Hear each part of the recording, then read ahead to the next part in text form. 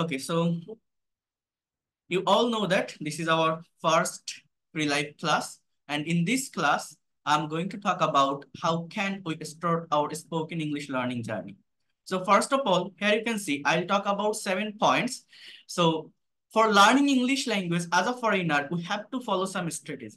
We have to do some plan. That is from where will we start our journey and what will we study firstly. How can we improve gradually and day by day?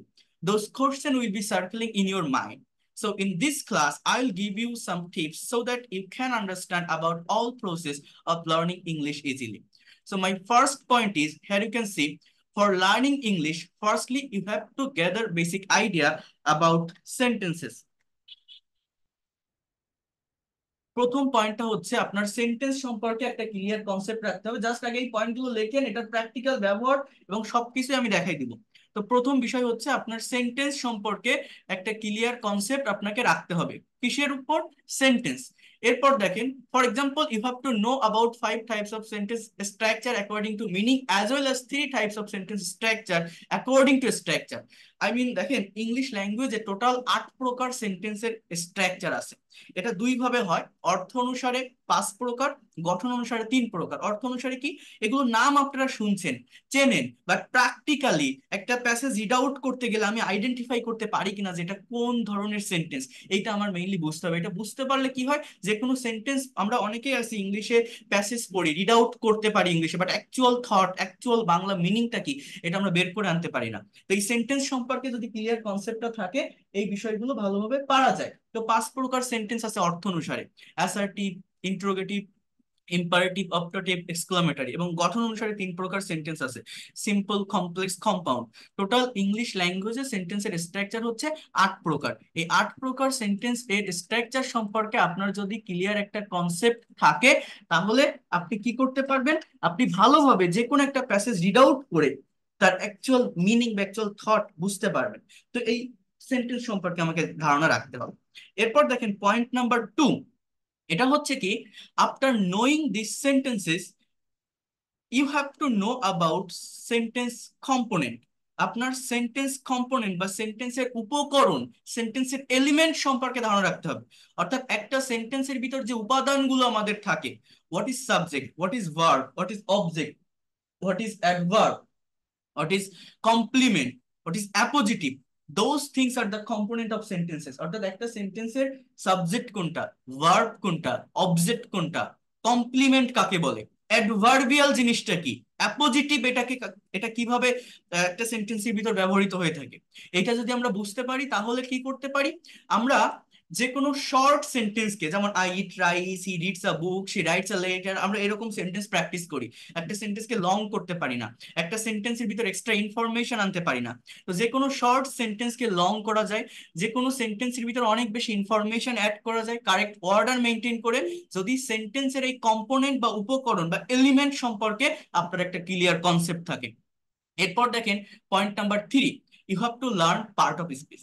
Part of speech is the most important things of English grammar. If you learn part of speech, your 50% grammatical topic will be covered. From every sentence and every word has a particular name, and you have to call those words from 8 types of part of speech. If you have clear concept about part of speech, you can easily translate any kinds of sentences from English to Bengali, as well as you can understand all the things about that sentence। অর্থাৎ এই জিনিসটাকে আমি আপনাদের একটু বুঝিয়ে বলি। দেখেন, যারা মেইনলি ইংলিশ গ্রামারে দুর্বল, যারা মনে করেন যে আমি ইংলিশ গ্রামার পারি না বলে মনে হয় আমি সম্পূর্ণ ল্যাঙ্গুয়েজটাতেই দুর্বল, আমার গ্রামার শেখা উচিত। অনেকে মনে করেন যে স্পোকেন ইংলিশে ভালো করার জন্য বা স্পোকেন ইংলিশ শেখার জন্য, অ্যাকিউরেটলি বা প্রফেশনালি ইংলিশে কথা বলার জন্য গ্রামারের প্রয়োজন। আবার অনেকে মনে করে গ্রামার ছাড়াই ইংলিশে কথা বলা যায়। তো যে যেটাই মনে করেন না কেন, যেটাই হোক না কেন, আমি একটা কথা আপনাদেরকে বলি, যদি গ্রামার আপনি শিখতে চান, এই ইংলিশ গ্রামারটা মূলত কি, এইটা আমাকে বুঝতে হবে। দেখেন, ইংলিশ গ্রামারটা হচ্ছে মূলত পার্ট অফ স্পিচের উপর ডিপেন্ডেন্ট। অর্থাৎ আপনার যদি পার্ট অফ স্পিচ সম্পর্কে ক্লিয়ার কনসেপ্ট থাকে, সম্পূর্ণ গ্রামারটা আপনি পারবেন। ইংলিশ ল্যাঙ্গুয়েজে 8 প্রকার পার্ট অফ স্পিচ আছে, এগুলোর নাম আপনারা শুনছেন, যে noun, pronoun, adjective, verb, adverb, preposition, conjunction, interjection. These are the part of speech, right? তো এই এগুলোর নাম হয়তো শুনছেন, ডেফিনেশন আপনারা জানেন, বাট প্র্যাকটিক্যাল ইউজটা কোথায় এদের, এইটা আমাকে বুঝতে হবে।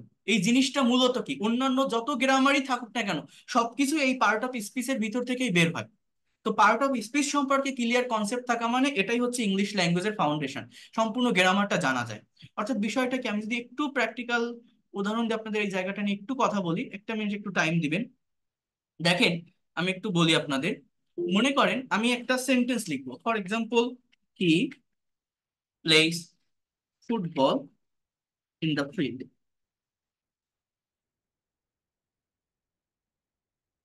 সে মাঠে ফুটবল খেলে। এই যে সেন্টেন্সটা আমি লিখলাম, he plays football in the field, সে মাঠে ফুটবল খেলে। এই সেন্টেন্সের যে ওয়ার্ড গুলো আছে, এই প্রত্যেকটা ওয়ার্ডের একটা পার্টিকুলার নাম আছে। এটাকে আমরা মূলত পার্ট অফ স্পিচ বলি। পার্ট অফ স্পিচ মানে কি, স্পিচের পার্ট।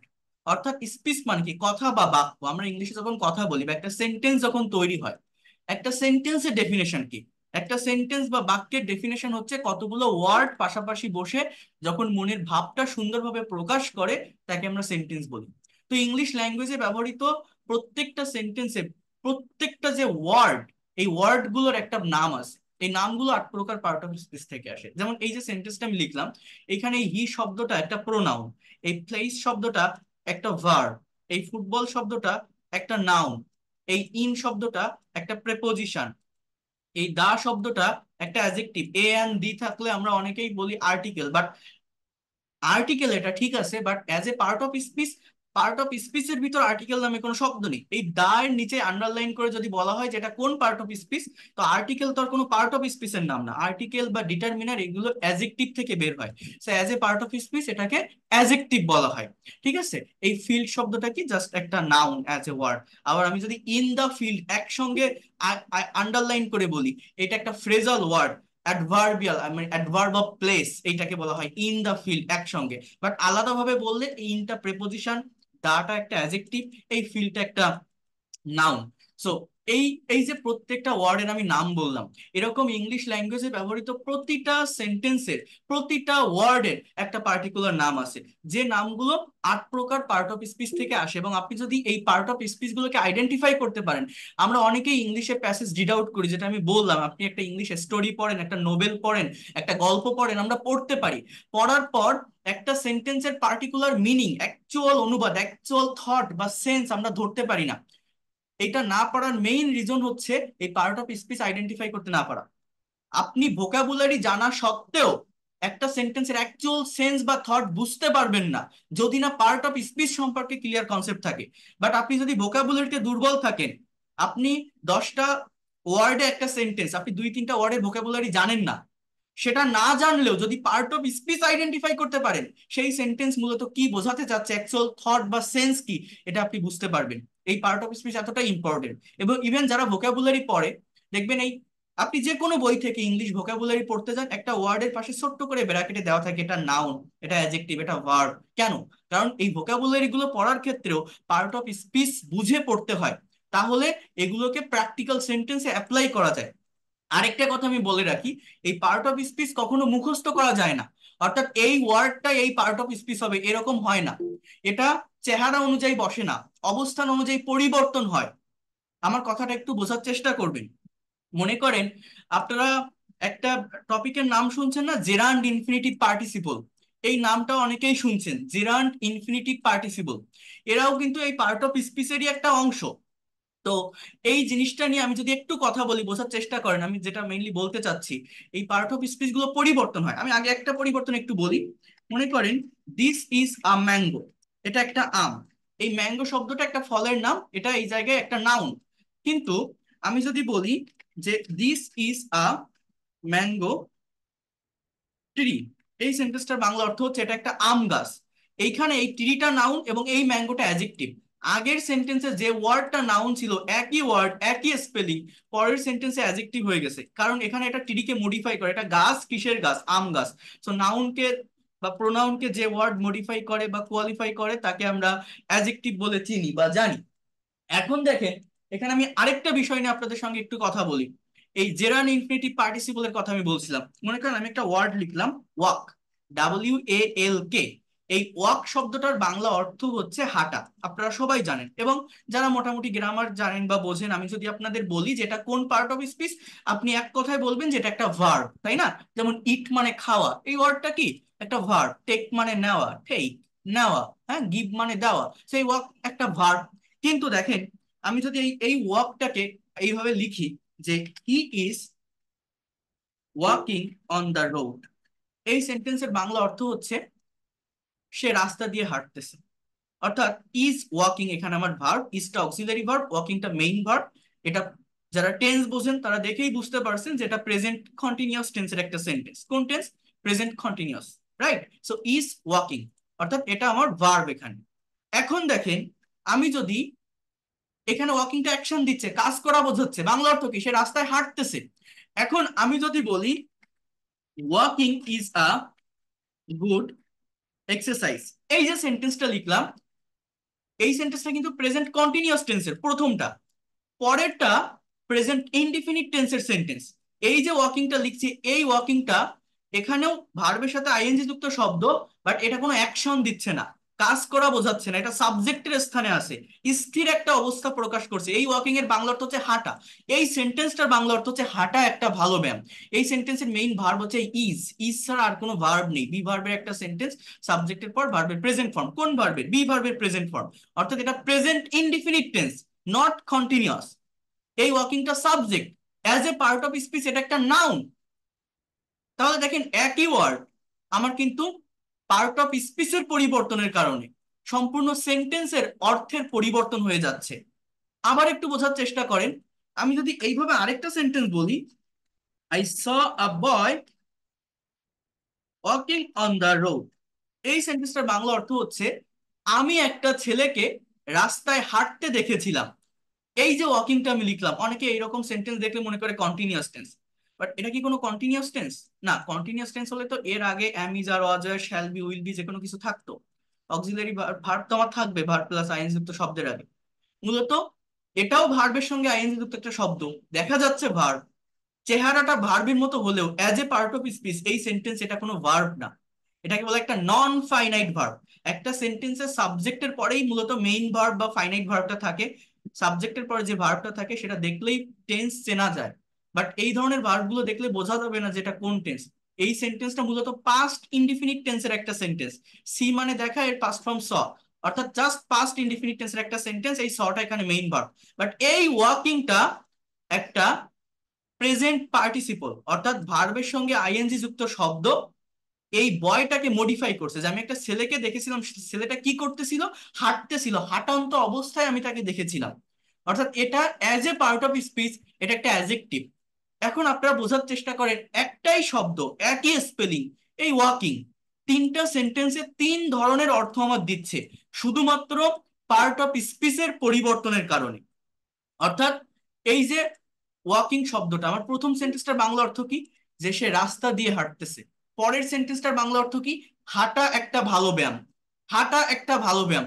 তারপরের সেন্টেন্সটার অর্থ কি? আমি একটা ছেলেকে হাঁটতে দেখেছিলাম। তো এই ওয়াক মানে তো হাঁটা।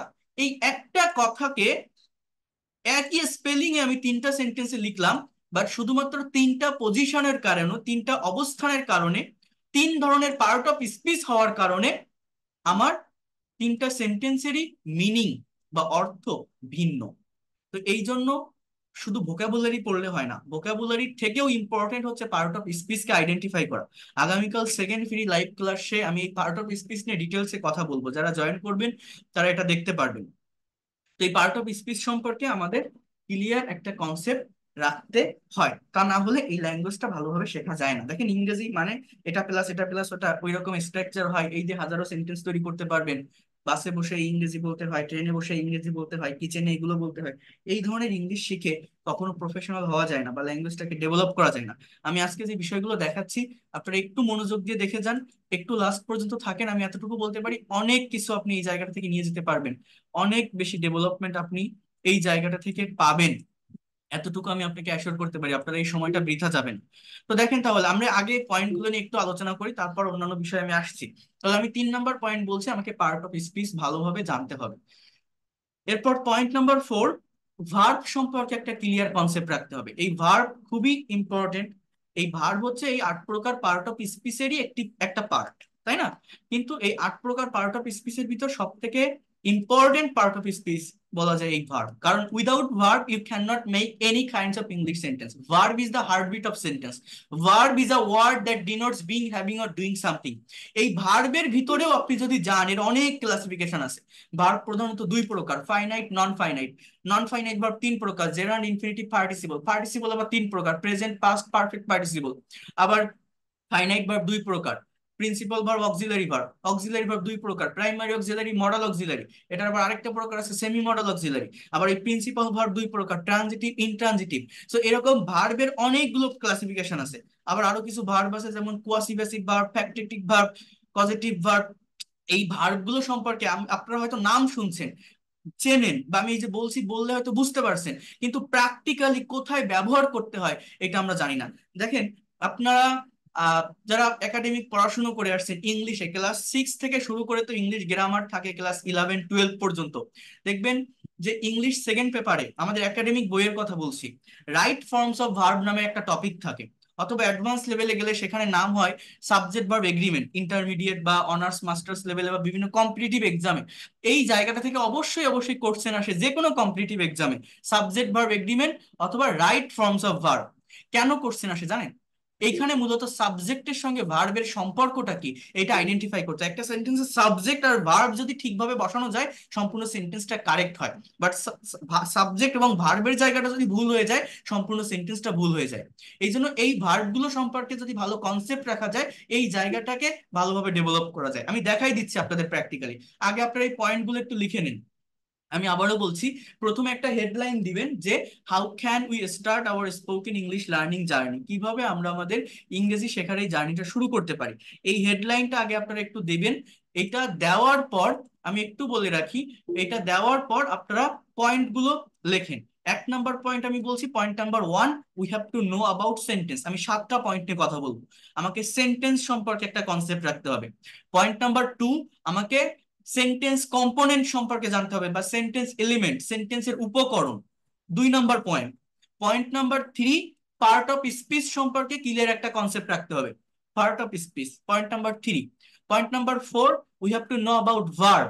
ভার্ব সম্পর্কে একটা ভালো কনসেপ্ট রাখতে হবে, 4 নাম্বার পয়েন্ট। এরপর 5 নাম্বার পয়েন্ট হচ্ছে টেন্স সম্পর্কে আপনার একটা ভালো কনসেপ্ট বা ধারণা নিতে হবে। Point number 5, you have to know about tense. এটা একটু লিখে রাখেন, টেন্স। পয়েন্ট নাম্বার 6, এটা হচ্ছে মডাল এবং সেমি মডাল অক্সিলারি ভার্বের ব্যবহার আপনাকে জানতে হবে। পয়েন্ট নাম্বার 6, মডাল এবং সেমি মডাল অক্সিলারি ভার্বের ব্যবহার আপনার শেখা লাগবে এই ল্যাঙ্গুয়েজটাকে ডেভেলপ করতে গেলে। পয়েন্ট নাম্বার 7, প্যাসিভ ভয়েসের প্র্যাকটিক্যাল ব্যবহার সম্পর্কে আপনার একটা কনসেপ্ট রাখতে হবে।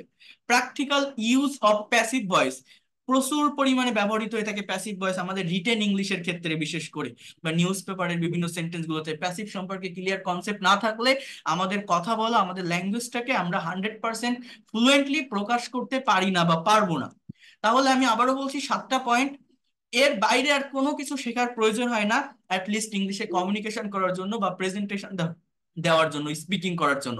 রিটেন ইংলিশের জন্য আরো কিছু গ্রামার জানা লাগে, যেমন conditional sentence, relative pronoun, causative verb. সেটা নিয়ে আমি পরে কথা বলবো। আর মেইনলি বেসিকটা ডেভেলপ করার জন্য, ইংলিশে কমিউনিকেশন করার জন্য, ইংলিশে স্পিকিং করার জন্য 7টা পয়েন্টের কথা আমি বলছি। How can you start your spoken English learning journey? First of all, you have to know about sentence. আপনাকে সেন্টেন্স সম্পর্কে ধারণা রাখতে হবে। দেন সেন্টেন্স কম্পোনেন্ট, সেন্টেন্সের উপকরণ যেটাকে বলা হয়। 3 number part of speech. 4 number হচ্ছে আপনার ভার্ব। 5 নাম্বার টেন্স, টেন্স সম্পর্কে ধারণা রাখতে হবে। 6 নাম্বার পয়েন্ট হচ্ছে মডাল এবং সেমি মডাল অক্সিলারি ভার্বের ব্যবহার জানতে হবে। এবং পয়েন্ট নাম্বার 7, এটা হচ্ছে আপনার মূলত প্যাসিভ ভয়েস সম্পর্কে আপনাকে একটা ক্লিয়ার কনসেপ্ট রাখতে হবে। যারা আমার এই ফ্রি ক্লাসগুলো করবেন ধারাবাহিকতা মেনটেন করে, এই যে পয়েন্টগুলোর কথা আমি বললাম, প্রত্যেকটা বিষয় ইন ডিটেলসে আপনারা শিখতে পারবেন ফ্রি ক্লাসগুলো থেকে। প্রত্যেকটা বিষয় আমি আপনাদেরকে দেখাবো, এবং প্রত্যেকটা ক্লাসের রেকর্ড, পিডিএফ ফাইল, ডকুমেন্ট সবকিছুই পাবেন। আচ্ছা, এই তো পয়েন্টগুলো আমি বললাম। এখন আমরা যদি মেইন টপিকের ভিতর আসি, আমি আপনাদের আরেকটা বিষয় আজকের এই ক্লাসটাতেই দেখাবো। আমি এখন যা যা শিখাচ্ছি, আপনারা অনেকেই আছেন যারা এগুলো বোঝেন। আপনারা যারা মোটামুটি গ্রামার পারেন, বা ইংলিশে লিখতেও পারেন, বা কেউ কথা বললে বোঝেন, বা কোনো কিছু মোটামুটি পড়তেও পারেন, কিন্তু যারা স্পিকিং করতে পারেন না, সার্টেন টপিকের উপর না দেখে প্রেজেন্টেশন দিতে পারেন না, একটা বিষয়কে ইংলিশে ডেসক্রাইব করতে পারেন না, আমি গ্রামার জানি, টেন্সও বুঝি, কিন্তু যে কোনো কিছু ডেসক্রাইব করতে গেলে আমি সঠিকভাবে সাবজেক্ট ভার্ব আনতে পারি না, একটার সঙ্গে আরেকটা সেন্টেন্স কানেক্ট করতে পারি না। এই প্রবলেমগুলো যাদের হয়, এই প্রবলেমগুলো থেকে কিভাবে ওভারকাম করা যায়, আমি এই ক্লাসটা লাস্টের দিকে আমি ওই বিষয়টা দেখাই দিব, যে how can you give a presentation in English on a certain topic. I will show you that things. তার জন্য একটু ওয়েট করতে হবে, আগে আমি বেসিক বিষয়গুলো নিয়ে একটু কথা বলে নিই, কারণ এখানে অনেক স্টুডেন্ট আছেন যারা একদমই দুর্বল। তো সবাই একটু বোঝার চেষ্টা করেন। আমি এবার একটা ব্ল্যাঙ্ক পেজে আসি, আপনাদেরকে আমি বুঝাই। দেখেন, একদম শুরু থেকে বলছি, যারা একদমই দুর্বল খুবই মনোযোগ দিয়ে ভালোভাবে বোঝার চেষ্টা করেন। ইংলিশে যে কোনো সেন্টেন্স তৈরি করতে গেলে আমাদের একটা পার্টিকুলার স্ট্রাকচার মেনটেন করতে হয়। স্ট্রাকচারটা কি জানেন? For making any kinds of English sentence we need a particular structure. The structure is, first of all, you have to put a subject. প্রথমত আপনার একটা সাবজেক্ট লাগবে। In the place of subject you have to take noun or pronoun. অর্থাৎ এগুলো হচ্ছে part of speech. প্রত্যেকটা English সেন্টেন্সের প্রত্যেকটা ওয়ার্ডের একটা নাম থাকে। এই নামগুলো 8 প্রকার পার্ট অফ স্পিচ থেকে আসে। তো একটা সেন্টেন্সের শুরুতে যে ওয়ার্ডটা থাকে, যে সাবজেক্ট থাকে, সেই সাবজেক্টটা as a part of speech noun অথবা প্রোনাউন হয়। এটা নিয়ে আমি পরে বলবো, আগে আমি স্ট্রাকচারটা একটু লিখি। সাবজেক্টের পরে আমাকে ভার্ব ইউজ করতে হয় যে কোনো সেন্টেন্স তৈরি করতে গেলে। বাংলা সেন্টেন্সে ভার্ব লাস্টে বসে অলওয়েজ, ইংলিশে ভার্ব সাবজেক্টের পরে বসে। এরপরে এক্সটেনশন, অর্থাৎ অতিরিক্ত যে অংশটা থাকে সেটা বসাতে হয়। এই জায়গাটাতে আমার কিছু কম্পোনেন্ট বসে। এটা হচ্ছে অবজেক্ট বসতে পারে, অথবা কমপ্লিমেন্ট বসতে পারে, অথবা অ্যাডভার্বিয়ালস বসতে পারে। এই যে স্ট্রাকচারটা আমি লিখলাম, ইংলিশের যে কোনো সেন্টেন্স তৈরি করতে গেলে, for making any kinds of English sentence commonly or mainly you have to take this on. অর্থাৎ আপনাকে মূলত এই সাবজেক্টটা নিতে হবে যে কোনো একটা সেন্টেন্স যদি আপনি ইংলিশে তৈরি করতে চান। এই স্ট্রাকচারটা আপনাকে ফলো করতে হবে, এই স্ট্রাকচারটা থেকেই অন্যান্য সমস্ত সেন্টেন্স তৈরি করা যায়। এখন দেখেন, এই যে স্ট্রাকচারটা আমি এখানে লিখলাম, এইটা ছাড়া আরেকটা স্ট্রাকচার আছে, সেটা হচ্ছে ইট বা there plus verb plus subject plus object. সেটা জাস্ট একটা পার্টিকুলার সিচুয়েশনে ব্যবহৃত হয়, সেটা নিয়ে পরে কথা বলবো। বাট মেইনলি বা কমনলি বা most of the time, for making any kinds of English sentences you have to maintain this one. এই যে স্ট্রাকচারটা লিখলাম, এইটা মেনটেন করে সেন্টেন্স তৈরি করতে হয়, এবং এর প্রত্যেকটা বিষয় নিয়ে আমি কথা বলছি, আপনাদের দেখিয়ে দিচ্ছি, একটু ওয়েট করেন। এখন দেখেন, সাবজেক্ট জিনিসটা মূলত কি, এটা আমাকে বুঝতে হবে। একটা কথা যখন ইংলিশে বলা হয়, বা একটা কাজ যখন করা হয়, কেউ তো একজন করে, কেউ তো একজন বলে। অর্থাৎ একটা সেন্টেন্সের সাবজেক্ট কি হতে পারে? একটা সেন্টেন্সের সাবজেক্ট হতে পারে আই, মানে আমি। খুব ভালোভাবে বোঝেন, যারা একদমই দুর্বল বোঝার চেষ্টা করেন। অথবা উই, অথবা ইউ, অথবা হি, অথবা শি, অথবা দে, অথবা রহিম, অথবা করিম। এরকম নির্দিষ্ট একটা সার্কেলের ভিতর কিন্তু সাবজেক্ট গুলো সীমাবদ্ধ থাকে। এই আই উই ইউ এগুলোই তো হবে, এর বাইরে তো আর কিছু না। একটা কথা যখন বলা হবে, একটা কাজ যখন করা হবে, কেউ তো একজন করবে। সেটা আমি হতে পারি, আপনি হতে পারেন, তারা হতে পারে, রহিম হতে পারে, করিম হতে পারে, এরকম। সাবজেক্টের পরেই মনে রাখবেন, প্রত্যেকটা ইংলিশ সেন্টেন্সে ভার্ব বসাতে হয়। বাংলায় কিন্তু ভার্ব লাস্টে বসে, বাট ইংলিশে ভার্ব সাবজেক্টের পরে বসে। এই যে একটা ওলটপালট, এই ওলটপালটের কারণে আমরা ইংলিশে কথা বলতে পারি না। কারণ আমার অনেক স্টুডেন্ট আছে, আমার পেইড কোর্সের অনেক স্টুডেন্ট আছে ল্যাঙ্গুয়েজ ক্লাবে, যারা প্রেজেন্টেশন দেয়, আমাদের মাদার ট্যাং বেঙ্গলি, আমরা বাংলায় কথা বলতে অভ্যস্ত। প্রাইমারি লেভেলে কোনো কিছু ইংলিশে লিখতে গেলে বা বলতে গেলে দেখবেন আগে বাংলাটা আমাদের ব্রেনে চলে আসে। তো আমরা বাংলা সেন্টেন্সকে কনভার্ট করে ইংলিশে বলার চেষ্টা করি, কারণ ওই সময় ওই প্রবলেমটা তৈরি হয়ে যায়। আমরা আগে সাবজেক্ট নিয়ে আসতে পারি না, আমরা অ্যাডভার্ব বা অবজেক্টকে আগে এনে ফেলি, বাংলার মতো করে ফেলি। বাট আমাকে সবসময় এই বিষয়টা ব্রেনে রাখতে হবে, ইংলিশে আমি যখনই কথা বলবো তখন সাবজেক্টের পরেই ভার্ব ইউজ করব। এইটা অনেকেই বুঝতে পারে না, অনেকে ধরতে পারে না, না পারার কারণে ইংলিশে সঠিকভাবে কথা বলতে পারে না, সেন্টেন্স কমপ্লিট করতে পারে না। তো একটু বোঝার চেষ্টা করেন, ভার্ব জিনিসটা কি। Verb is a word that denotes being, having or doing something. কোনো কিছু করা, হওয়া, থাকা, খাওয়া, চলা, বলা, লেখা, দেওয়া, নেওয়া, এগুলোকে আমরা ভার্ব বলি। যেমন ইট মানে খাওয়া। দেখেন, আমি কিছু ভার্ব একটু লিখি। প্লে মানে খেলা, আই ইট আমি খাই, উই প্লে আমরা খেলি, ডু মানে করা, ড্রাইভ মানে চালানো, হি ড্রাইভ সে চালায়, ড্র মানে আঁকা, সি ড্র সে আঁকে, গো মানে যাওয়া, দে গো তারা যায়, স্পিক মানে বলা, রহিম স্পিক। এইরকমই করা, হওয়া, থাকা, খাওয়া, চলা, বলা, লেখা, দেওয়া, নেওয়া, এগুলোকেই তো আমরা ভার্ব বলি, তাই না? এই ভার্বের পরে দেখেন, একটা কথা আমি বলে রাখি, একটা সেন্টেন্সে আপনি যদি সাবজেক্ট আর ভার্ব পাশাপাশি বসাতে পারেন, অবজেক্ট অটোমেটিক্যালি চলে আসে, অবজেক্ট অটোমেটিক্যালি হয়ে যায় আপনার সিচুয়েশন অনুযায়ী। দেখবেন অবজেক্ট আপনি পেয়ে যাবেন যদি সাবজেক্ট এবং ভার্ব আপনি পাশাপাশি বসাতে পারেন। এখানে অনেকগুলো বিষয় আছে, অনেক কথা আছে, আমি বলছি, একটু ওয়েট করেন, একটু ধৈর্য ধরে ক্লাসটা করেন। দেখেন অবজেক্টটা মূলত কি, আমি খাই, কি খাই, আপনি যা খান সেটা বসেন, আপনি ভাত খান, ডাল খান, রুটি খান, আপনি ইউজ করেন একটা, আই ইট রাইস, আমি ভাত খাই, এটাই কিন্তু আমার একটা complete sentence. I eat rice, এটা কিন্তু আমার কমপ্লিট সেন্টেন্স। উই প্লে, আমরা খেলি, কি খেলি, উই প্লে ফুটবল, আমরা ফুটবল খেলি, that is the complete sentence. You do, তুমি করো, কি করো, ইউ ডু দ্য ওয়ার্ক, তুমি কাজ করো, এটাই আমার একটা কমপ্লিট সেন্টেন্স। হ্যাঁ, তো এইভাবে প্রত্যেকটা সেন্টেন্স আপনি যদি সাবজেক্ট আর ভার্ব বসান দেখবেন অবজেক্ট অটোমেটিক্যালি চলে আসছে। হি ড্রাইভ, সে চালায়, মানুষ চালায় কি, গাড়ি চালায়, তো হি ড্রাইভস আ কার, সে একটা গাড়ি চালায়, that is the complete sentence. She draw, she draws a picture, সে একটা ছবি আঁকে। এইভাবে প্রত্যেকটা সেন্টেন্স, দে গো, তারা যায়, দে গো টু স্কুল, তারা স্কুলে যায়। এইভাবে প্রত্যেকটা সেন্টেন্সের সাবজেক্ট ভার্ব বা এই এক্সটেনশনের জায়গাটা, রহিম স্পিক্স, রহিম বলে, কি বলে, রহিম স্পিক্স ইন ইংলিশ, রহিম ইংরেজিতে কথা বলে। এইভাবে আমার অবজেক্ট অটোমেটিক্যালি পাওয়া যায়। এখন দেখেন আমি একটা বিষয় নিয়ে একটু কথা বলি আপনাদের সঙ্গে, সেটা হচ্ছে আমরা প্রত্যেকে এরকম সেন্টেন্স প্র্যাকটিস করি বা তৈরি করতে অভ্যস্ত যে I eat rice, we play football, you do the work, he drives a car, she draws a picture. এই ধরনের সেন্টেন্স আমরা তৈরি করি বা লিখি, বা আমরা করতে, লিখতে বা বলতে অভ্যস্ত। কিন্তু আমরা যখনই দেখবেন অনেক জায়গায় ইংলিশে স্পোকেন প্র্যাকটিস করি আমরা, হ্যাঁ, I eat rice, I don't eat rice, do I eat rice, don't I eat rice, we play football, we don't play football, don't we play football, হ্যাঁ, he drives a car, he doesn't drive a car, does he drive a car, doesn't he drive a car. এরকম করে আমরা sentence practice করি। বা এই যে sentence গুলো আমি লিখলাম, একটা সেন্টেন্সকে কি আমরা এতটুকুর ভিতরে সীমাবদ্ধ রাখবো? একটা সেন্টেন্সকে কি আমরা লং করতে পারি না, বড় করতে পারি না? একটা সেন্টেন্স এর ভিতরে কি এক্সট্রা ইনফরমেশন অ্যাড করা যায় না? আমরা অনেকে এরকম ছোট ছোট সেন্টেন্স বলে থেমে যাই, এবং এই ছোট ছোট সেন্টেন্স তৈরি করার কারণেই বা এতটুকু প্র্যাকটিস থাকার কারণেই আমরা যখনই এই জিনিসগুলোকে প্র্যাকটিক্যালি স্পিকিং এ অ্যাপ্লাই করতে যাই, আমরা একটা প্রেজেন্টেশন দেওয়ার ক্ষেত্রে বা স্পিকিং এ আমরা ডেভেলপ করতে পারি না। একটা সেন্টেন্স বলার পর আরেকটা কথা কিভাবে বলবো, বা একটা সেন্টেন্সকে লং ওয়েতে এক্সট্রা ইনফরমেশন নিয়ে আমরা কথা বলতে পারি না। সেই কথা কিভাবে বাড়াতে হয় জানেন? এই যে ছোট একটা সেন্টেন্স, আমি ভাত খাই, এটাকে কিভাবে বড় করা যায়, কিভাবে এর ভিতরে আরো ইনফরমেশন নিয়ে আসা যায়, কিভাবে এই সেন্টেন্সটাকে আরো মডিফাই করা যায়, আমি একটু আপনাদের দেখাই দিই। এটা সব থেকে ইফেক্টিভ একটা স্ট্র্যাটেজি, বিশেষ করে যারা ফ্রি হ্যান্ড রাইটিং ডেভেলপ করতে চান, যারা ইনস্ট্যান্টলি একটা প্যারাগ্রাফ, সিবি, কম্পোজিশন, রিপোর্ট লিখতে চান।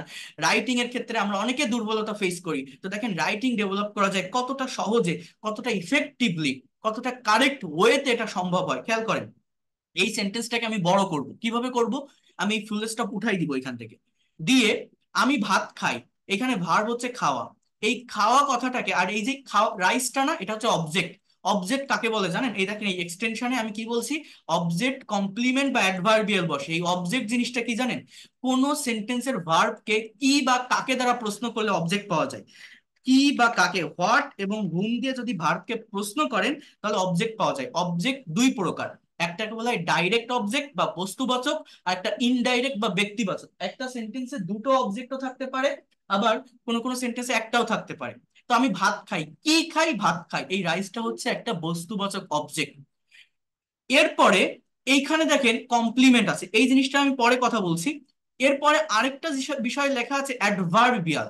এই অ্যাডভার্বিয়াল জিনিসটা কি জানেন? কোন সেন্টেন্সের ভার্বকে, এই যে ভার্ব, এই ভার্বকে আপনি যদি অ্যাডভার্ব দিয়ে কোশ্চেন করেন তাহলেই একটা সেন্টেন্সকে বড় করা যায়, একটা সেন্টেন্সের ভিতর এক্সট্রা ইনফরমেশন নেওয়া যায়, একটা সেন্টেন্সকে বড় করা যায়। কিভাবে? অ্যাডভার্ব কাকে বলে দেখেন, কোন সেন্টেন্সের ভার্বকে আপনি যদি এই ওয়ার্ড গুলো দিয়ে কোশ্চেন করেন, হাউ মানে কিভাবে, হোয়ার মানে কোথায়, হোয়েন মানে কখন, ওয়াই মানে কেন, বা হাউ অফেন কতবার, এই ওয়ার্ড গুলো দিয়ে যদি আপনি কোশ্চেন করেন তাহলে অ্যাডভার্ব পাওয়া যায়। হাউ দিয়ে প্রশ্ন করলে সেটাকে বলা হয় adverb of manner, adverb of place, adverb of time, adverb of reason, adverb of frequency বা ডিউরেশন। এরকম অ্যাডভার্বের বিভিন্ন প্রকার আছে, এবং এগুলোর অ্যাপ্লাই করেই ছোট সেন্টেন্সকে বড় করা যায়, বা একটা সেন্টেন্সের ভিতর এক্সট্রা ইনফরমেশন নিয়ে আসা যায়। সেটা কিভাবে সম্ভব আমি আপনাদেরকে একটু বুঝাই বলি, বোঝার চেষ্টা করবেন মনোযোগ দিয়ে। দেখেন আমি ভাত খাই, এবার এই খাওয়াটাকে আপনি প্রশ্ন করেন, how do you eat rice, আপনি কিভাবে খান? মনে করেন আমি বললাম আমি খুবই ধীরে সুস্থে ভাত খাই, I eat rice very slowly. দেখেন আমার সেন্টেন্সটা কিন্তু একটু বড় হলো, এই যে ভেরি স্লোলি, এটা আমি ইটকে হাউ দিয়ে প্রশ্ন করে পেলাম। এটাকে বলে অ্যাডভার্ব অফ ম্যানার, অর্থাৎ আমি যে খাই ওই খাওয়ার সময় আমার বিহেভিয়ারটা কি, আমার আচরণটা কি, আমার ম্যানারটা ঠিক কেমন, আমি স্লোলি খাই। এরপর where do you eat rice, আপনি কোথায় খান? আমি আমার রুমে বসে ভাত খাই, অ্যাট মাই রুম। এরকম ফ্রেজ ইউজ করে করে আমাকে এই ওয়ার্ড গুলোকে বসাতে হয়, ইনফরমেশন গুলোকে নিয়ে আসতে হয়, এবং ভিতর থেকে একটু প্রেপোজিশনের ব্যবহার জানতে হয়। তো প্রেপোজিশনের উপরেও ডিটেলস ক্লাস এই ফ্রি ক্লাসগুলোর ভিতরে আছে, যারা রেগুলারিটি মেনটেন করে করবেন তারা পাবেন। তো এই যে অ্যাট মাই রুম লিখলাম না, এটাকে বলা হয় অ্যাডভার্ব অফ প্লেস। এই ভার্বকে ওয়ার দ্বারা প্রশ্ন করে পাওয়া যায়।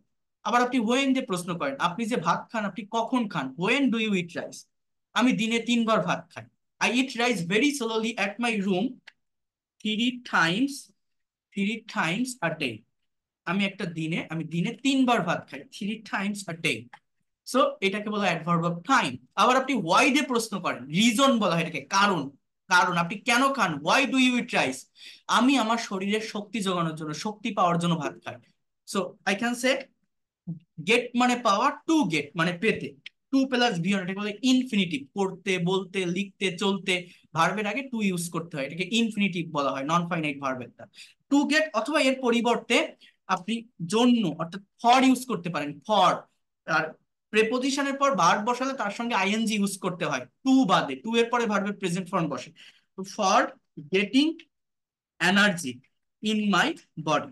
তো খেয়াল করেন আমার সেন্টেন্সটা কতটুকু ছিল, কথাটা একটু বোঝার চেষ্টা করেন। আমার এই সেন্টেন্সটা কিন্তু জাস্ট, এই সেন্টেন্সটা কিন্তু আমার জাস্ট এতটুকুই ছিল, রাইস পর্যন্ত, আমি ভাত খাই, আই ইট রাইস। এই রাইসেই ফুল স্টপ ছিল। সেইখান থেকে একটা সেন্টেন্সকে আমি এই যে বডি পর্যন্ত নিয়ে আসলাম, কত বড় করলাম, এবং কতগুলো ইনফরমেশন জাস্ট একটা সিম্পল সেন্টেন্সের ভিতরে আমি ইউজ করলাম। এটা কিভাবে করলাম? ভার্বকে কোশ্চেন করে করে, কি দিয়ে? অ্যাডভার্ব দিয়ে। অর্থাৎ বিষয়টা কি? I eat rice very slowly at my room 3 times a day to get energy or for getting energy in my body. অর্থাৎ এই রাইসটা আমার অবজেক্ট। এরপর এই যে ভেরি স্লোলি, এইটাকে বলা হয় adverb of manner. Adverb of manner. At my room, এটাকে বলা হয় adverb of place. 3 times a day, এটাকে বলা হয় adverb of time. To get or for getting energy, এটাকে বলা হয় অ্যাডভার্ব অফ রিজন, হয় হ্যাপেন। তাহলে যে কোনো সেন্টেন্স, যে কোনো শর্ট সেন্টেন্সকে বড় করার নিয়ম কি, লার্জ করার নিয়ম কি, বা একটা সেন্টেন্সের ভিতর এক্সট্রা ইনফরমেশন নিয়ে আসার নিয়ম কি? ভার্বকে, সেন্টেন্সে তো মাস্ট ভার্ব থাকবে, যে কোনো সেন্টেন্স অবশ্যই অবশ্যই ভার্ব থাকবে। তো একটা সেন্টেন্সের ভার্বকে যদি আপনি এই ডাব্লিউএইচ ওয়ার্ড গুলো দিয়ে কোশ্চেন করতে পারেন, তাহলে সেন্টেন্স বড় হতে থাকে। তারপর দেখেন যে কোনো সেন্টেন্স কিভাবে কোশ্চেন করতে পারেন। উই প্লে ফুটবল, আমরা ফুটবল খেলি। কিভাবে খেলি? We play football very quickly, very politely, আমরা ভদ্রতার সাথে খেলি, আমরা খেলার মাঠে মারামারি করি না, ফাউল করি না। আপনি এখানে লেখেন পলাইটলি, অর্থাৎ এই এলয় যুক্ত শব্দ, এগুলোকে অ্যাডভার্ব অফ ম্যানার বলা হয়। We play football politely. এবার আপনি যে পলাইটলি ফুটবল খেলেন, কোথায় খেলেন? In the field. আমরা মাঠে ফুটবল খেলি, আমরা মাঠে ফুটবল খেলি।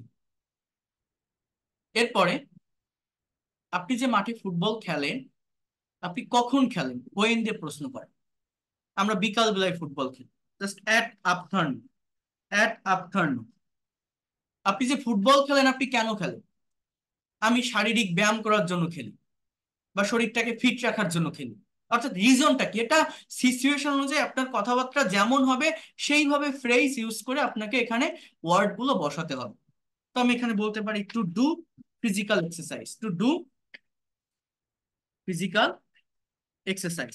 অথবা আমি কি বলতে পারি, টু ডু এর পরিবর্তে আমি এখানে বলতে পারি যে for doing, for doing physical exercise. তাহলে টোটাল সেন্টেন্সটা আমি কি লিখলাম দেখেন, আমার এই ফুটবল পর্যন্তই কিন্তু ফুল স্টপ ছিল, বাট এইখান থেকে এই সেন্টেন্সটাকে আমি কত বড় করলাম, কিভাবে করলাম? অ্যাডভার্বের ব্যবহার করে, অর্থাৎ ভার্বকে কোশ্চেন করে। We play football politely, it is called adverb of manner, politely in the field, it is called adverb of place, at afternoon, adverb of time, adverb of time, to do physical exercise or for doing physical exercise, adverb of reason। আর এই adverb গুলো একটা certain order maintain করে, সেটা হচ্ছে manner, place, time, reason. অর্থাৎ আমি এখানে যেভাবে বসিয়েছি, আগে হাউ দিয়ে কোশ্চেন করতে হবে, দেন হোয়ার, দেন হোয়েন, তারপর হয়, তাহলে সঠিক গ্রামারটা মেনটেন করা হয়। ঠিক আছে?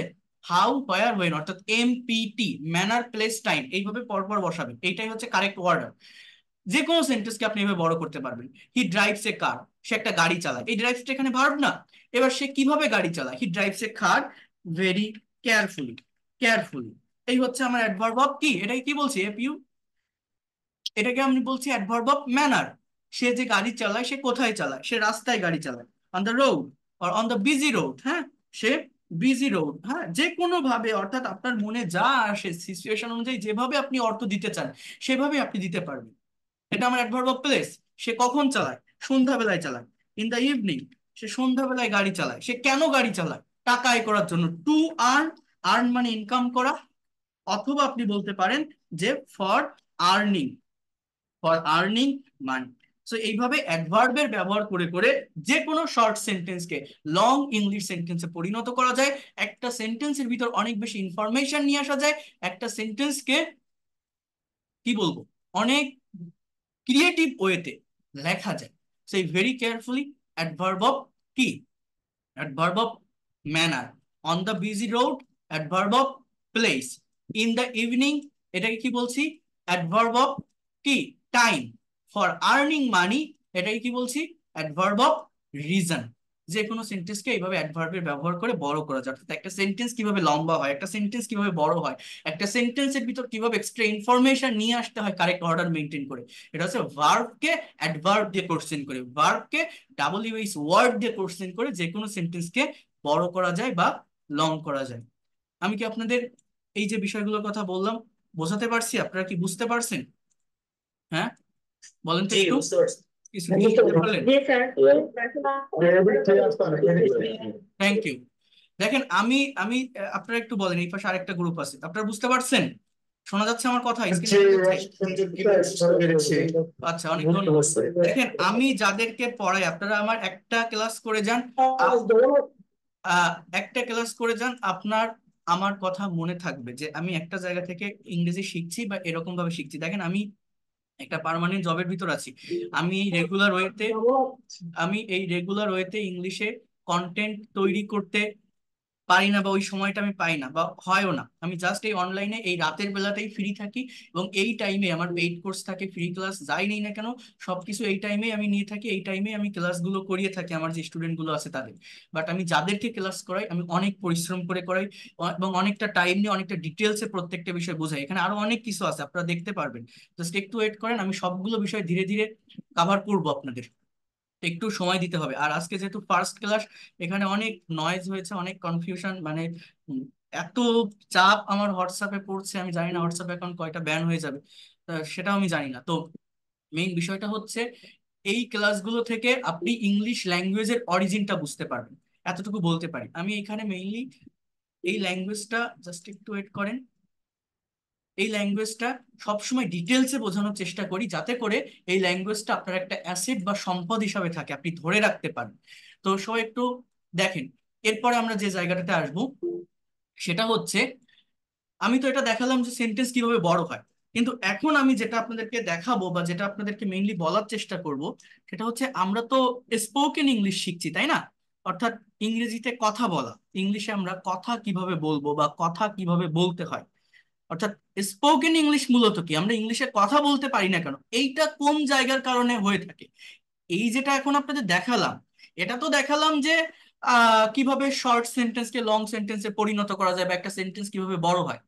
এখন আমি আপনাদের একটু স্পোকেন ইংলিশ নিয়ে কথা বলবো, অর্থাৎ এই যে স্পিকিং বা ইংলিশে কথা বলা, বা যেটাকে আমরা স্পোকেন ইংলিশ বলি, এই জিনিসটা আসলে কি, ইংলিশে আমরা কথা বলতে পারি না কেন, বা কিভাবে ইংলিশে কথা বলতে হয়, এই জিনিসটা খুবই ভালোভাবে একটু দেখার চেষ্টা করেন, খুবই ভালোভাবে একটু বোঝার চেষ্টা করেন। আশা করি ভালোভাবে আপনারা নিতে পারবেন, প্রবলেম হবে না। তো স্পোকেন ইংলিশের জন্য প্রথমত আমাদের যে বিষয়টা শেখা লাগে, আপনারা সবাই জানেন যে টেন্স সম্পর্কে আমাদের ধারণা রাখতে হয়, বা টেন্স সম্পর্কে একটা ভালো কনসেপ্ট রাখতে হয় স্পোকেন ইংলিশটা মেইনলি শেখার জন্য বা ডেভেলপ করার জন্য। আমার কথাগুলো একটু মনোযোগ দিয়ে বোঝার চেষ্টা করবেন। কিসের কথা আমি বললাম? টেন্সের কথা। এই বিষয়টা আসলে কি, দেখেন আমি এগুলো একটু কেটে দিই, আশা করি আপনারা বুঝতে পারছেন। পারলে এই করেন, ওই স্ক্রিনশট দিয়ে নেন, না হলে রেকর্ডটা পরে দেখে নিবেন। আমি এগুলো একটু ইয়ে করে দিচ্ছি, কেটে দিচ্ছি। তো দেখেন, স্পোকেন ইংলিশ জিনিসটা মূলত কি, এটা আমি আপনাদের একটু বুঝাই। এইখানে তো আমি সেন্টেন্স লিখছি, এই যে সেন্টেন্স গুলো আপনারা এখানে দেখছেন, সেন্টেন্স গুলো দেখছেন না, এই যেটা আমি এখানে লিখছি আর কি, এই সেন্টেন্স গুলোতে জাস্ট একটু মনোযোগ দিয়ে বোঝেন। এই যে সেন্টেন্স গুলো আমি এই জায়গাটাতে আমি লিখছি, এইখানে সাবজেক্ট আছে, ভার্ব আছে এবং এক্সটেনশন আছে। কথাটা বুঝবেন, সাবজেক্ট আছে, ভার্ব আছে এবং এক্সটেনশন আছে। এবং এই ভার্ব গুলোর দিকে যদি আপনি একটু খেয়াল করেন, আপনি যদি একটু নোটিস করেন, এই যে ভার্ব গুলো আমি এখানে লিখছি, এই ভার্ব গুলো যদি যদি একবার আপনি একটু দেখেন, প্রত্যেকটা ভার্ব কিভাবে লেখা আছে। ইট মানে খাওয়া, প্লে মানে খেলা, ডু মানে করা, ড্রাইভ মানে চালানো, ড্র মানে আঁকা। অর্থাৎ প্রত্যেকটা ভার্বের কিন্তু প্রেজেন্ট ফর্মটা এখানে দেওয়া আছে, প্রেজেন্ট ফর্ম। এই প্রেজেন্ট ফর্ম মানে কি? আপনারা যারা ইংলিশ সম্পর্কে ধারণা রাখেন তারা জানেন যে কনজুগেশন নাম অফ ভার্ব নামের একটা ভার্ব, যেটাকে বলা হয় ভার্বের ফর্ম বা ফরমেশন অফ ভার্ব। অর্থাৎ একটা ভার্বের মেইনলি তিনটা ফর্ম থাকে, present form, past form, past participle form. Total form হচ্ছে পাঁচটা, বাট আমাদের গ্রামার বইগুলোতে তিনটা ফর্ম দেওয়া থাকে, V1, V2, V3, V4 এটাকে বলে প্রোগ্রেসিভ বা continuous form, V5 third person form. Total পাঁচটা ফর্ম থাকে। এই ভার্বের ফর্মগুলো টেন্সের স্ট্রাকচার অনুযায়ী মেনটেন করে ইংলিশে কথার পরিবর্তন হয়, কালের পরিবর্তন হয়। অর্থাৎ আমি যেটা আপনাদেরকে বলতে চাচ্ছি, এই স্পোকেন ইংলিশ, যেটা আমরা যে ইংলিশে কথা বলতে চাই, কথা বলতে পারি না কেন, অর্থাৎ এই স্পোকেন ইংলিশ জিনিসটা মূলত কি বা কেমন, কথা বলতে গেলে আমাদের প্রবলেমটা কোথায় হয়। দেখেন এইখানে যে ভার্বগুলো লিখছি, এই ভার্বগুলো হচ্ছে সব প্রেজেন্ট ফর্মের ভার্ব। প্রেজেন্ট ফর্মের ভার্ব মানে কি জানেন? এই যে সেন্টেন্স গুলো লিখছি, এই যে বাক্যগুলো, এই বাক্যগুলোর বাংলা অর্থ কি? আমি ভাত খাই, তাই না? আমরা ফুটবল খেলি, তুমি কাজ করো, সে গাড়ি চালায়, সে ছবি আঁকে, তারা স্কুলে যায়, রহিম ইংরেজি বলে। অর্থাৎ কেউ কোনো কাজ অ্যাজ ইউজুয়াল করে, রেগুলার ওয়েতে করে, প্রতিদিন করে।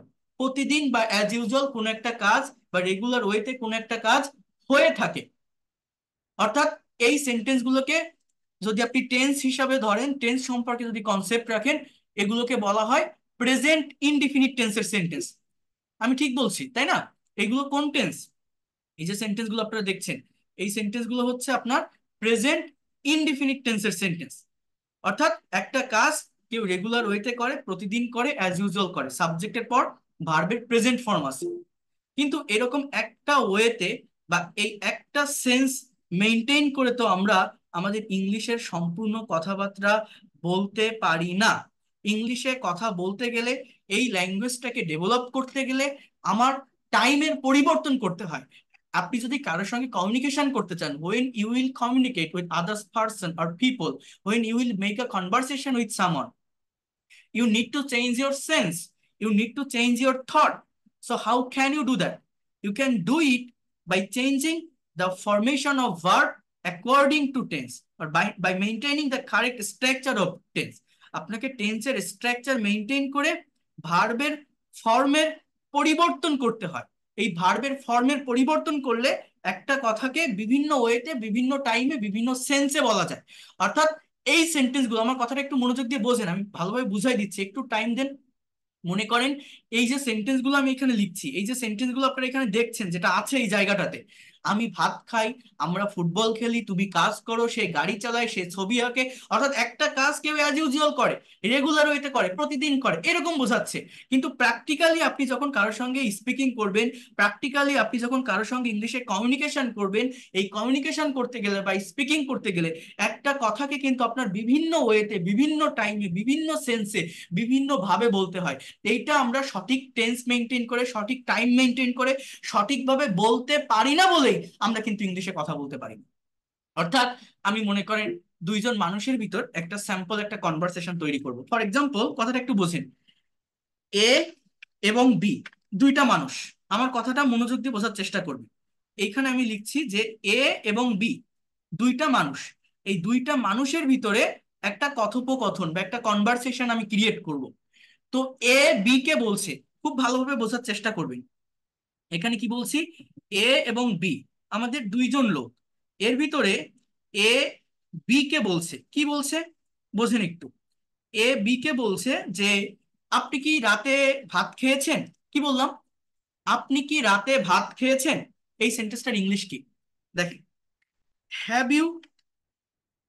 এটা প্রেজেন্ট পারফেক্ট টেন্সের একটা সেন্টেন্স। যারা টেন্স বোঝেন তারা বুঝতে পারবেন। Have you eaten rice at night.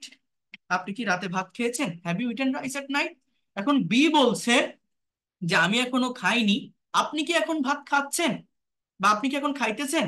অর্থাৎ I have not eaten rice, I have not eaten rice, আমি খাইনি অ্যাট নাইট, রাতে।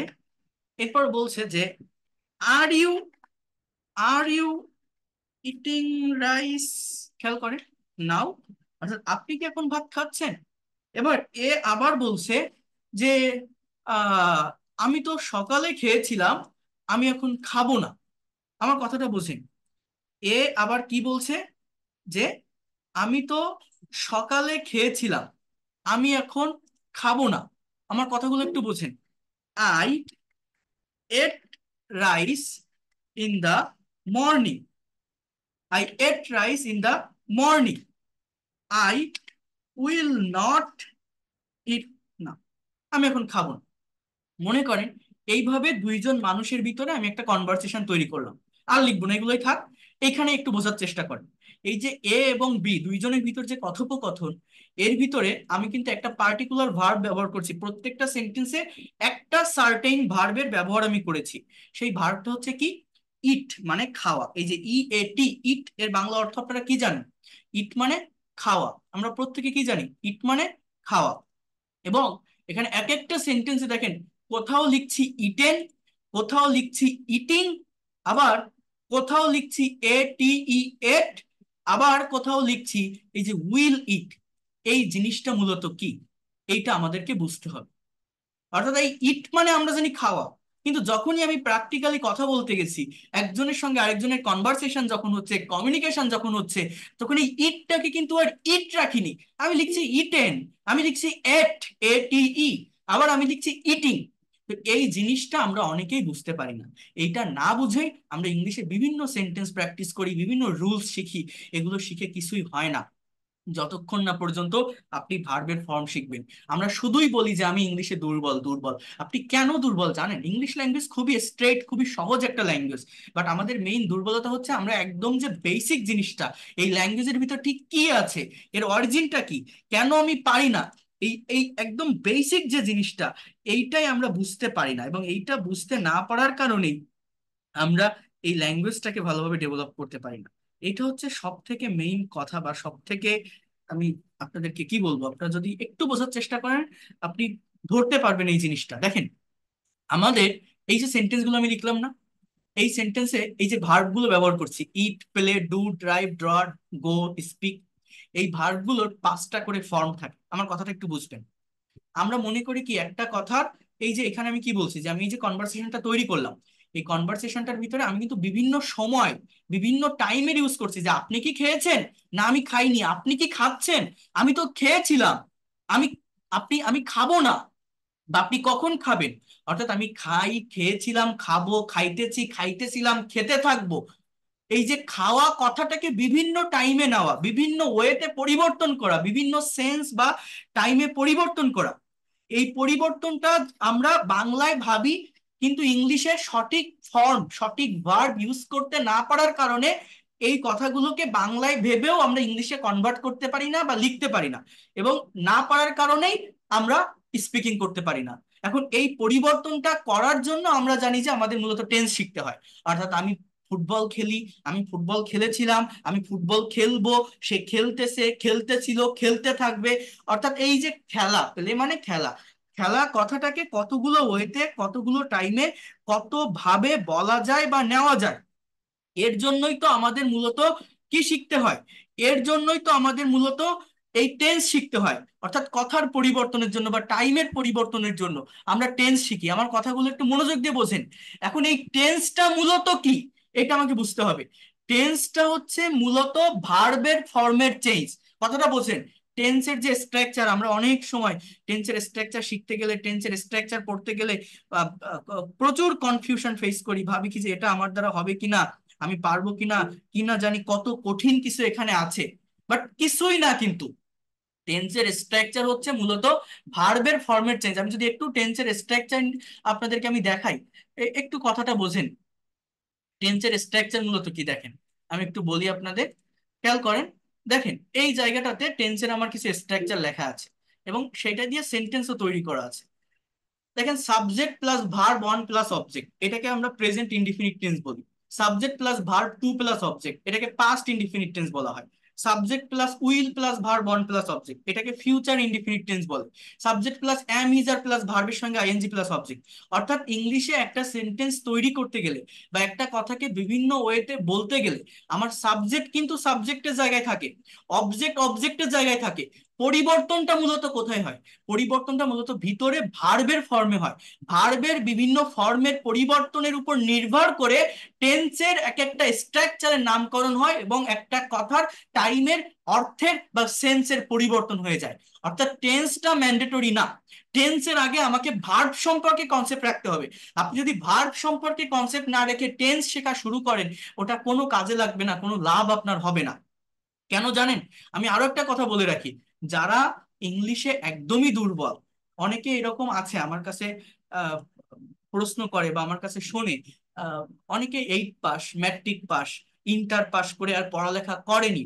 তো তারা ওয়ার্ক ভিসায় মিডিল ইস্টের বা মধ্যপ্রাচ্যের বিভিন্ন কান্ট্রিতে গেছে। এরকম অনেক স্টুডেন্ট আমার কাছে নক করে যে স্যার আমি ইংলিশে একদমই কথা বলতে পারি না, মোটেই রিডিং পড়তে পারি না, বাট বাংলার মতো তো ইংরেজি একটা ভাষা, আমি কি এই ল্যাঙ্গুয়েজটা শিখতে পারবো না? প্র্যাকটিক্যাল ওয়েতে কি এটা শেখার কোনো উপায় নেই? আমি ভোকাবুলারি তেমন জানি না, বা ইংরেজি শেখার জন্য ঠিক কোন ধরনের ভোকাবুলারি সম্পর্কে ক্লিয়ার কনসেপ্ট রাখতে হবে, বা কোন ভোকাবুলারি গুলো ভালো জানা থাকলে আমি ইংলিশে কথা বলতে পারবো, কমিউনিকেশন করতে পারবো বা কনভারসেশন করতে পারবো। এই ধরনের কোশ্চেন কিন্তু আমাকে অনেকেই করে থাকে। দেখেন, আমি তাদের উদ্দেশ্যে বলছি যারা ভোকাবুলারিতে দুর্বল, যারা মনে করেন আমি ভোকাবুলারি পারি না বলে ইংলিশে কথা বলতে পারি না, আমার ভোকাবুলারিটা ডেভেলপ করা দরকার স্পোকেন ইংলিশের জন্য বা জাস্ট স্পিকিং এর জন্য। ভোকাবুলারি বলতে শুধুমাত্র ভার্বের ভোকাবুলারি পড়তে হয়। ভার্ব সম্পর্কে যদি আপনার ক্লিয়ার কনসেপ্ট থাকে, তাহলে আর কোথাও কোনো ধরনের প্রবলেম ফেস করতে হয় না। এর কারণ কি জানেন? দেখেন, একটা সেন্টেন্সের সাবজেক্ট কিন্তু নির্দিষ্ট একটা সার্কেলের ভিতর থাকে। Subject I, we, you, he, she, they, Rahim, Karim, এগুলোর ভিতর থেকে একটা না একটা হবে। অবজেক্ট, আপনি যদি সাবজেক্টের পরে ভার্বটাকে ঠিকভাবে বসাতে পারেন, অবজেক্ট আপনার অটোমেটিক্যালি চলে আসবে। কি বললাম? যদি সাবজেক্টের পরে ভার্বটাকে আপনি ঠিকভাবে বসাতে পারেন, অবজেক্ট আপনার অটোমেটিক্যালি চলে আসবে। কিন্তু যদি ভার্বই আপনি সঠিকভাবে বসাতে না পারেন, আপনি কখনোই একটা সেন্টেন্সকে ভালোভাবে লিখতেও পারবেন না, ভালোভাবে তার অর্থ দিতে পারবেন না, বা আপনি বলতেও পারবেন না। তো এই জিনিসটা আমার ভালোভাবে বুঝতে হবে। অর্থাৎ ভার্ব সম্পর্কে ধারণা রাখতে হবে। এই ভার্বের বিভিন্ন ফর্ম আছে, এই ফর্মটা আমাকে বুঝতে হবে বা জানতে হবে। সেই ভার্বের ফর্মগুলো কি আমি একটু আপনাদের বলি। দেখেন, ভার্ব বলতে কোনগুলোকে বোঝায়? আমাদের টেন্সটা ম্যান্ডেটরি না। দেখেন, আমি একটু বের করি আমার এই জায়গাটাতে, খেয়াল করেন একটু। এইখানে দেওয়া আছে এই ভার্ব দুই ভাবে হয়, একটা হচ্ছে রেগুলার বা উইক ভার্ব, আর একটা হচ্ছে ইরেগুলার বা স্ট্রং ভার্ব। অর্থাৎ যে ভার্বের দুইটা বা তিনটা ফর্ম সেম থাকে তাকে রেগুলার বা উইক ভার্ব বলে, দেখলেই বোঝা যায় যেগুলো একটু দুর্বল। আর যে ভার্বের দুইটা বা তিনটা ফর্ম ডিফারেন্ট থাকে, যেগুলো একটু স্ট্রং, সেগুলোকে আমরা মূলত স্ট্রং ভার্ব বা ইরেগুলার ভার্ব বলি। এই যে আমার এই যে পিডিএফটা দেখছেন না, এই পিডিএফটা আমি আপনাদের দিয়ে দিব, যারা ফ্রি ক্লাস করছেন আপনাদেরই আমি প্রোভাইড করব। এই পিডিএফ ফাইলের ভিতর 200টা ভার্ব আছে যেগুলো বাছাইকৃত ভার্ব। অর্থাৎ 200টা ভার্ব এখানে দেওয়া আছে, যে ভার্বগুলো মোস্ট ইউজফুল ভার্ব, যেগুলো বিভিন্ন মানুষের সঙ্গে বা বিভিন্ন জায়গায় কনভারসেশন করতে বা কমিউনিকেশন করতে আমরা বাংলায় ব্যবহার করে থাকি, বাট ইংলিশে এদের সঠিক মিনিং না জানার কারণে, এদের সঠিক ফর্ম না জানার কারণে আমরা ইংলিশে কথা বলতে পারি না। অর্থাৎ আমি আবারও আপনাদেরকে বলি, কথাটা একটু বোঝেন। টেন্সটা ম্যান্ডেটরি না, টেন্সের থেকে বেশি ইম্পর্টেন্ট হচ্ছে ভার্ব। আগে আপনার ভার্বের ফর্ম সম্পর্কে কনসেপ্ট রাখতে হবে, তারপরে টেন্সের কাছে যেতে হবে। আমার যারা পেইড কোর্সের স্টুডেন্ট থাকে তাদের কিন্তু আমি আগে ভার্বের ফর্ম শেখায়, তারপরে কিন্তু আমি তাদেরকে অন্যান্য বিষয়গুলো শেখাই। কারণ এটা না জানলে, মনে করেন আপনি জানেন পাস্ট টেন্সের স্ট্রাকচার কি, সাবজেক্ট প্লাস ভার্বের পাস্ট ফর্ম প্লাস অবজেক্ট। এখন আমি যদি আপনাকে একটা কথা বলি যে সে একটা গ্লাস ভেঙেছিল, বলেন তো ইংলিশ কি? এখন ভেঙেছিল, আপনি টেন্স দেখে বুঝতে পারছেন এটা পাস্ট টেন্স, ল বা লাম থাকলে তাকে পাস্ট টেন্স বলে, করেছিল গিয়েছিল এটা পাস্ট টেন্সের স্ট্রাকচার। এখন এই পাস্ট টেন্সের স্ট্রাকচার কি? সাবজেক্ট প্লাস ভার্বের পাস্ট ফর্ম প্লাস অবজেক্ট। এখানে ভার্বটা কি? ভাঙা, ভেঙেছিল। ভাঙা ইংরেজি কি? ব্রেক। এই ব্রেক ভার্বের পাস্ট ফর্মটা কি? এই জিনিসটা আপনি যদি না জানেন, তাহলে কি এই কথাটার ইংলিশ আপনি বলতে পারবেন যে সে একটা গ্লাস ভেঙেছিল? এটা বলার আগে তো আপনার এই জিনিসটা জানতে হবে যে এই ব্রেকের পাস্ট ফর্ম ব্রোক। এটা যদি আপনি না জানেন, আপনি তো এই কথাটাকে কখনোই ইংলিশে বলতে পারবেন না। অর্থাৎ টেন্স আগে না, টেন্সের থেকে ম্যান্ডেটরি হচ্ছে ভার্বের ফর্মটা জানা। অর্থাৎ আমি যদি বলি সে একটা গ্লাস ভেঙেছিল, হি ব্রোক আ গ্লাস, আপনি যদি জানেন যে ব্রেকের পাস্ট ফর্ম ব্রোক, তাহলে এই কথাটা বলতে পারবেন, তা না হলে তো পারবেন না। তার মানে কি, আগে আমাকে ভার্ব জানতে হবে। আমি যদি বলি সে একটা গ্লাস ভেঙেছে, তখন আমাকে আমাকে বলতে হবে he has broken a glass, অর্থাৎ এটা প্রেজেন্ট পারফেক্ট টেন্সের সেন্টেন্স, আমার ভার্বের পাস্ট পার্টিসিপল বসাতে হবে। এখন ব্রেক ভার্বের পাস্ট পার্টিসিপল ব্রোকেন, এই জিনিসটা যদি আপনি না জানেন, আপনি যত রুল শেখেন, যত স্ট্রাকচার শেখেন, বা যেখান থেকে যা কিছুই শেখেন না কেন, আপনি কি ইংরেজি ভাষাটাকে ভালোভাবে ডেভেলপ করতে পারবেন? পারবেন না। অর্থাৎ আগে শিখতে হবে আমাকে এই ভার্বের ফর্ম। ভার্বের ফর্ম সম্পর্কে আমার আগে ক্লিয়ার একটা কনসেপ্ট নিতে হবে। ভার্বের ফর্ম সম্পর্কে আমাদের আগে ক্লিয়ার একটা কনসেপ্ট রাখতে হবে। তাহলেই আপনি এই ইংলিশ ল্যাঙ্গুয়েজটাকে ভালোভাবে ডেভেলপ করতে পারবেন। এই ভার্বের ফর্মকে টেন্সের স্ট্রাকচারের সঙ্গে কানেক্ট করতে হয়। এইবার আসি টেন্সের কাছে। টেন্স মূলত কি, কথাটা বোঝেন। টেন্স মানে সময় বা টাইম, আমরা জানি। এখন ইংলিশ ল্যাঙ্গুয়েজে টেন্স কত প্রকার? তিন প্রকার। কি কি? Present, past, future. আমার কথাটা বোঝেন। ইংলিশে আমাদের তিন প্রকার টেন্স থাকে, তাই না? Present, past, future. এই তিনটা টেন্সের আবার চারটা করে ভাগ আছে: indefinite, continuous, perfect and perfect continuous. অর্থাৎ ইংলিশ ল্যাঙ্গুয়েজে টোটাল তিনে চারে 12টা স্ট্রাকচার থাকে টেন্সের, প্রত্যেকটা টেন্সের চারটা করে ভাগ। তো তিনে চারে 12টা স্ট্রাকচার। এই 12টা স্ট্রাকচারে মূলত কি, সাবজেক্ট কিন্তু সাবজেক্টের জায়গায়, অবজেক্ট অবজেক্টের জায়গায়, মূলত চেঞ্জটা কোথায় হয়? মূলত ভার্বের ফর্মের চেঞ্জ হয়েই কথার পরিবর্তন হয়, টাইমের পরিবর্তন হয়, সেন্সের পরিবর্তন হয়। তো আপনি যদি 12টা টেন্সের স্ট্রাকচার সম্পর্কে ক্লিয়ার কনসেপ্ট রাখেন, তাহলে একটা কথাকে, একটা পার্টিকুলার ভার্বকে আপনি 12টা ওয়েতে, 12 দিকে, 12 ভাবে নিতে পারবেন বা বলতে পারবেন। আমার কথাটা একটু বোঝার চেষ্টা করেন। যদি আপনার টেন্স সম্পর্কে কনসেপ্ট থাকে, টেন্স সম্পর্কে ভালো কনসেপ্ট যদি আপনি রাখেন, তাহলে একটা কথাকে, কি বললাম, যে আপনি 12টা ওয়েতে, 12 ভাবে বা 12টা সেন্সে নিতে পারবেন বা বলতে পারবেন, যেটা এই ল্যাঙ্গুয়েজটা শেখার জন্য আপনার দরকার।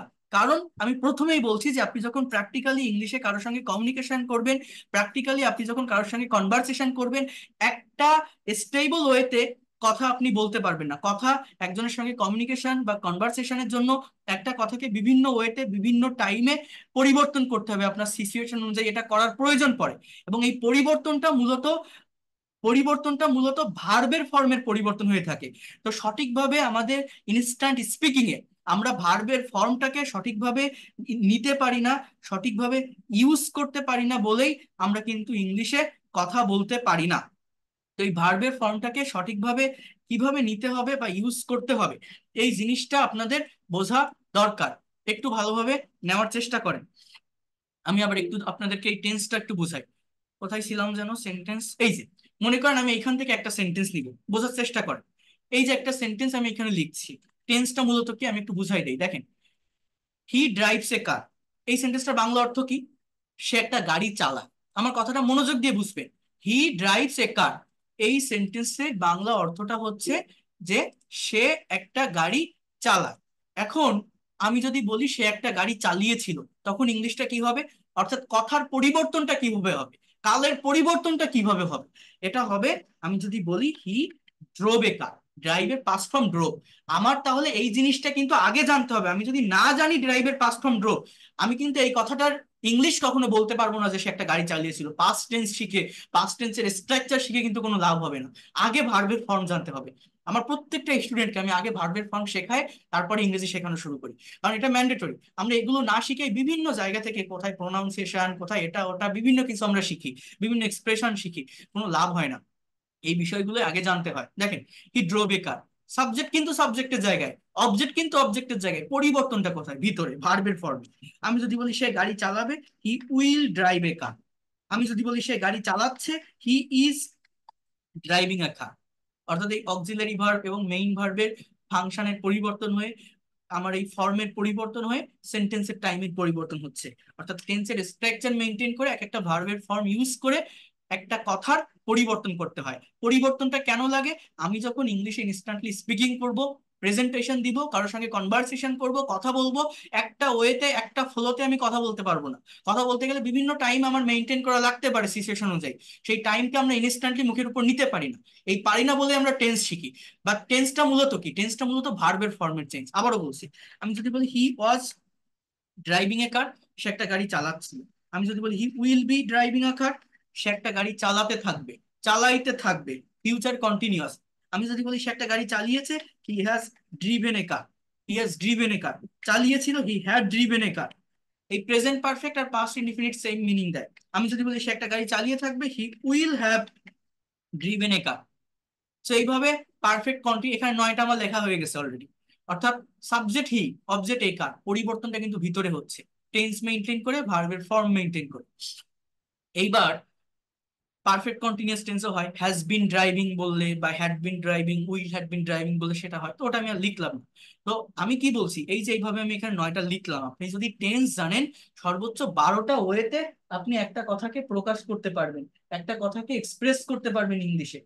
তো এই 12টা ওয়ে আপনার মনের ভাবটা সম্পূর্ণরূপে প্রকাশ করার জন্য যথেষ্ট নয়। আবারও বলছি, শুধুমাত্র টেন্স শিখে মনের হোল সেন্স বা থটটাকে কখনো ইংলিশে প্রকাশ করা যায় না। এর সঙ্গে আপনার আরো একটা বিষয়ের উপর কনসেপ্ট রাখতে হয়। সেটা কি জানেন? সেটা হচ্ছে মডাল এবং সেমি মডাল অক্সিলারি ভার্বের ব্যবহার জানতে হয়। কি বললাম? মডাল এবং সেমি মডাল অক্সিলারি ভার্বের ব্যবহার জানতে হয়। এই জিনিসটা কি? কথাটা একটু বোঝেন। আমি কি বলছি? সে গাড়ি চালায়, হি ড্রাইভস এ কার। সে গাড়ি চালিয়েছিল, হি ড্রোভ এ কার। সে গাড়ি চালাবে, he will drive a car. সে গাড়ি চালাইতেছে, হি ইজ ড্রাইভিং এ কার। অর্থাৎ আমি যেভাবেই কথা বলতে চাচ্ছি আমি কিন্তু টেন্স মেনটেন করে বলতে পারছি। কিন্তু আমি যদি বলি সে গাড়ি চালাতো, এটা কোন টেন্স দিয়ে বলবেন? পাস্ট টেন্স মনে হচ্ছে, কিন্তু না, পাস্ট টেন্স দিয়ে এই কথাটা আপনি বলতে পারবেন না। বা তাকে গাড়ি চালাতে হয়, তার আজ গাড়ি চালানোর কথা, তাকে গাড়িটা চালাতেই হবে, অথবা তার গাড়ি চালানো উচিত, সে গাড়ি চালাইতে পারে, সে গাড়ি চালাইতে পারতো। এগুলো কিন্তু আপনি কোনো টেন্স দিয়ে বলতে পারবেন না। অর্থাৎ এই ধরনের কথা, এই ধরনের এক্সপ্রেশন বা টাইমিং, এটা যখন আপনি ইংলিশে প্রকাশ করতে চাইবেন, তখন আপনাকে মডাল এবং সেমি মডাল অক্সিলারি ভার্বের সাহায্য নিতে হবে। এই মডাল এবং সেমি মডাল অক্সিলারি ভার্ব যারা আলাদা ক্যাটাগরির একটা সেন্টেন্স ক্রিয়েট করে, এরা মূলত পসিবিলিটি, প্রবাবিলিটি, অ্যাবিলিটি প্রকাশ করে থাকে। অর্থাৎ শুধুমাত্র টেন্স শিখে, শুধুমাত্র টেন্সের স্ট্রাকচার দিয়ে আমরা আমাদের মনের সম্পূর্ণ ভাবটাকে প্রকাশ করতে পারি না। মনের হোল সেন্স বা থটটাকে আরো বাড়ানোর জন্য, আরো ব্রডেন্স করার জন্য আমাদের মডাল এবং সেমি মডাল অক্সিলারি ভার্বের ব্যবহার জানতে হয়। ইংলিশ ল্যাঙ্গুয়েজে টোটাল 18টার মতো মডাল এবং সেমি মডাল অক্সিলারি ভার্ব আছে। Can, could, may, might, shall, should, will, would, need to, dare to, have to, has to, had to, am to, is to, are to, am, is, are, was, were, suppose to, going to. এগুলো সম্পর্কে যদি আপনার clear concept থাকে, তাহলে আপনার মনের ভাবটাকে আরো বেশি আপনি এক্সপ্রেস করতে পারবেন। আর এই মডাল এবং সেমি মডাল ভার্বের একটা সুবিধা হচ্ছে, এদের পরে main verb always root form বা বেস ফর্মে বসে। মেইন ভার্বের একদম বেস ফর্মটা বসে।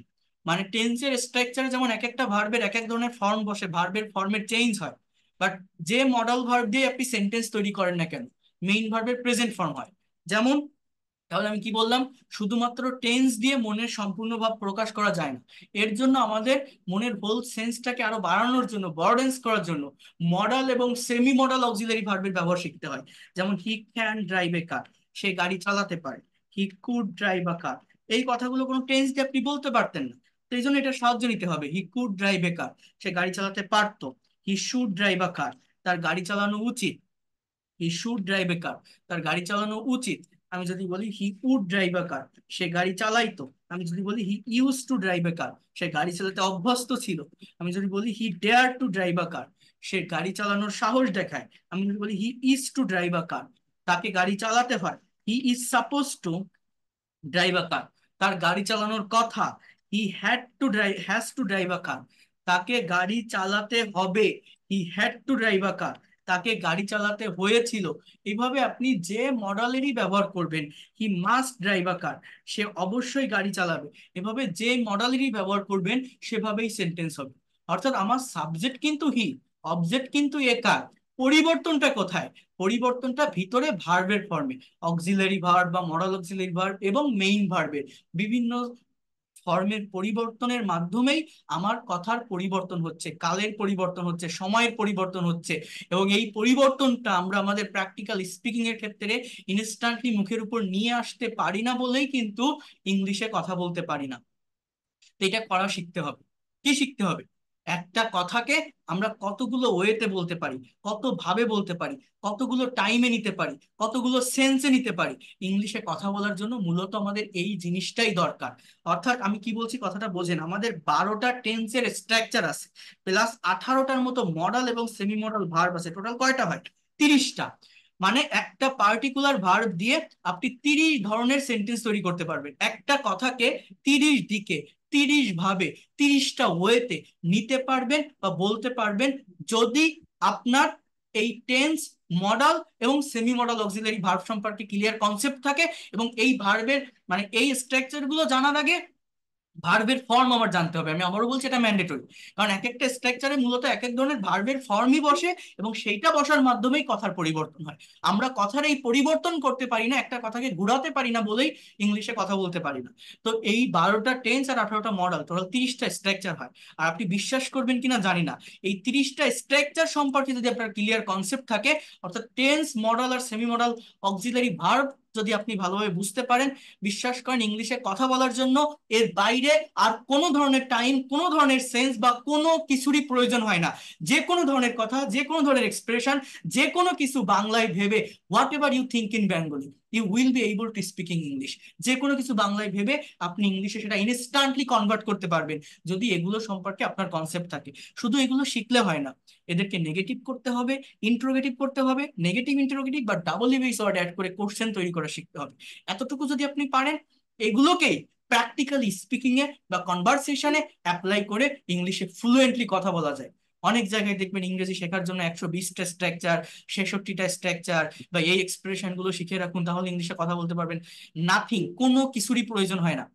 ভার্বের ফর্ম জানবেন অ্যাটলিস্ট, ওই এই যে আমি বললাম না, এই 200টা ভার্ব সম্পর্কে যদি আপনার ক্লিয়ার কনসেপ্ট থাকে, যেগুলো আমি দিছিলাম, এগুলো মোস্ট ইউজফুল ভার্ব, যেগুলো আমরা আমাদের ডে টু ডে লাইফে বাংলায় হর হামেশা প্রতিদিন ব্যবহার করি, বাট ইংলিশে এদের মিনিং না জানার কারণে, ফর্ম না জানার কারণে আমরা ইংলিশে কথা বলতে পারি না। কারণ এক একটা টেন্সে এক এক ধরনের ফর্ম ইউজ করেই কথার পরিবর্তন করতে হয়। আর কি বললাম, শুধু টেন্স শিখে, টেন্সে 12টা স্ট্রাকচার হয়, মানে 12 ভাবে একটা কথাকে বলা যাবে। তো শুধু টেন্স শিখে মনের সম্পূর্ণ ভাবটা প্রকাশ করা যায় না, এর জন্য আমাদের আবার শিখতে হয় মডাল এবং সেমি মডাল অক্সিলারি ভার্বের ব্যবহার। তাহলে মনের হোল সেন্স বা থটটাকে আরো ব্রডেন্স করা যায়, আরো বাড়ানো যায়, একটা কথাকে আরো ডিটেলসে বলা যায়। এটা হচ্ছে মেইন বিষয়। তাহলে এইটুকু যদি আপনার জানা থাকে, প্রথমত কি বললাম, টেন ভার্বের ফর্ম, টেন্স, মডাল এবং সেমি মডাল ভার্বের ব্যবহার, what ever you think in Bengal, just এগুলো জানলেই আপনি পারবেন ইংলিশে কথা বলতে পারবেন। যে কোনো কথা আপনি বাংলায় ভাবলে ইংলিশে সেটাকে কনভার্ট করতে পারবেন। কিন্তু এর সঙ্গে আরেকটা বিষয় আপনাকে শিখতে হবে, সেটা হচ্ছে প্যাসিভ ভয়েসের ব্যবহার। এই যে টেন্স, মডাল এবং সেমি মডাল যা কিছু আমি বলছি না, এই প্রত্যেকটা বিষয়ের, প্রত্যেকটা স্ট্রাকচারে একটা রিভার্স স্ট্রাকচার আছে, সেটা হচ্ছে প্যাসিভ ভয়েস, যেটা মেইনলি রিটেন ইংলিশে বেশি ব্যবহৃত হয়, যেখানে সাবজেক্ট নিষ্ক্রিয় বা ইনঅ্যাক্টিভ থাকে। সেই স্ট্রাকচার গুলো একটু ডিফারেন্ট, এটা আমাদের একটু জানতে হবে। এটা না জানলে মনের ভাবটাকে 100% ফ্লুয়েন্সি দেওয়া সম্ভব হয় না। কারণ অনেক কথা আমাদের ডে টু ডে লাইফে প্যাসিভ মেনটেন করে বলতে হয়। এই প্যাসিভও আমি আপনাদের প্র্যাকটিক্যালি দেখাবো এই ফ্রি ক্লাসগুলো থেকেই। আর একটু ওয়েট করেন, আমি প্যাসিভ ভয়েসটা দেখাই আপনাদের, ওই জায়গাটাতে আসতেছি যে কিভাবে ইংলিশে আপনারা কথা বলবেন, যারা ইংলিশে মোটামুটি এই যে যা যা দেখাচ্ছে এগুলো যারা মোটামুটি বোঝেন, যারা গ্রামার বোঝেন, কেউ কথা বললে সেটাও বোঝেন, বা মোটামুটি রিডিং পড়তেও পারেন, বাট যখনই আপনি স্পিকিং করতে যান আপনি ফ্লুয়েন্টলি একটা সার্টেন টপিকের উপর প্রেজেন্টেশন দিতে পারেন না, স্পিকিং করতে পারেন না। তো কিভাবে ফ্লুয়েন্টলি কথা বলা যায়, স্পিকিং করা যায়, প্রেজেন্টেশন দেওয়া যায়, এটা আমি দেখাবো। জাস্ট আর 5টা মিনিট একটু টাইম দিবেন। প্যাসিভ ভয়েসটা আমি একটু দেখাই, কারণ এই প্যাসিভ সম্পর্কে কনসেপ্ট রাখতে হয়, ধারণা রাখতে হয়, এটা খুবই ইম্পর্টেন্ট একটা টপিক। বাট এই পর্যন্ত যে বিষয়গুলো আমি বললাম, এই বিষয়গুলো কি আপনারা অ্যাটলিস্ট বুঝতে পারছেন? আমাকে একটু বলেন তো। এই যে যে জিনিসটা আমি এখন দেখালাম এই মাত্র, টেন্স, মডাল, সেমি মডাল। ওকে, এখন একটু দেখেন, প্যাসিভ নিয়ে একটু কথা বলি এবার, বোঝার চেষ্টা করেন। প্যাসিভ জিনিসটা কি এটা একটু বুঝতে হবে। দেখেন, প্রথমত আমি প্র্যাকটিক্যালি দেখাই প্যাসিভ জিনিসটা। আমরা অনেকে প্র্যাকটিক্যাল জায়গাটা প্যাসিভের বুঝি না। প্যাসিভ ভয়েস মানে আমরা কি শিখি বলেন তো? যেমন মনে করেন, হি রাইটস আ লেটার, সে একটা চিঠি লেখে, এর প্যাসিভ কি? A letter is written by me. আবার হি ইটস রাইস, সে ভাত খায়, প্যাসিভ কি? Rice is eaten by me. আমরা প্রত্যেকে যে কোনো বই থেকে বা যে কোনো টিচারের থেকে যেভাবে হোক প্যাসিভ যখন শিখি আমরা এইভাবে শিখি, তাই না? যে সাবজেক্ট অবজেক্ট হয়, অবজেক্ট সাবজেক্ট হয়, মেইন ভার্বের পাস্ট পার্টিসিপল ফর্ম বসে, by me, by him, by her, এগুলো বসে। হ্যাঁ, ও, তো এগুলো আমাদের বসে। তো এইভাবে আমরা প্যাসিভটা শিখে থাকি। কিন্তু এই ধারণাটা আমি আপনাদেরকে চেঞ্জ করে দিব। প্যাসিভ মূলত এটা না, এই প্যাসিভকে বলা হয় ট্রান্সফরমেশন। এগুলো ছোটদের বিভিন্ন ক্লাসে থাকে, ক্লাস 8, 9, 10, যখন বলা হয় অ্যাক্টিভ থেকে প্যাসিভ করো বা ট্রান্সফর্ম করো, তখন এগুলো শিখতে হয়। বাট প্র্যাকটিক্যাল প্যাসিভ, কমিউনিকেশনের জন্য, কনভারসেশনের জন্য বা রিটেন ইংলিশের জন্য যে প্যাসিভটার প্রয়োজন হয়, সেই প্যাসিভটা কিন্তু ডিরেক্ট প্যাসিভ, কোনো অ্যাক্টিভ থেকে প্যাসিভ না। ডিরেক্ট প্যাসিভ মানে কি? এর মানেটা হচ্ছে, কথাটা বোঝেন, ডিরেক্ট প্যাসিভে কখনো এরকম বাই মি, বাই হিম এগুলো বসাতে হয় না। যেমন মনে করেন আপনারা এখানে আমার ক্লাস করছেন, আমার কথাটা একটু মনোযোগ দিয়ে বুঝবেন, প্র্যাকটিক্যালি বোঝেন।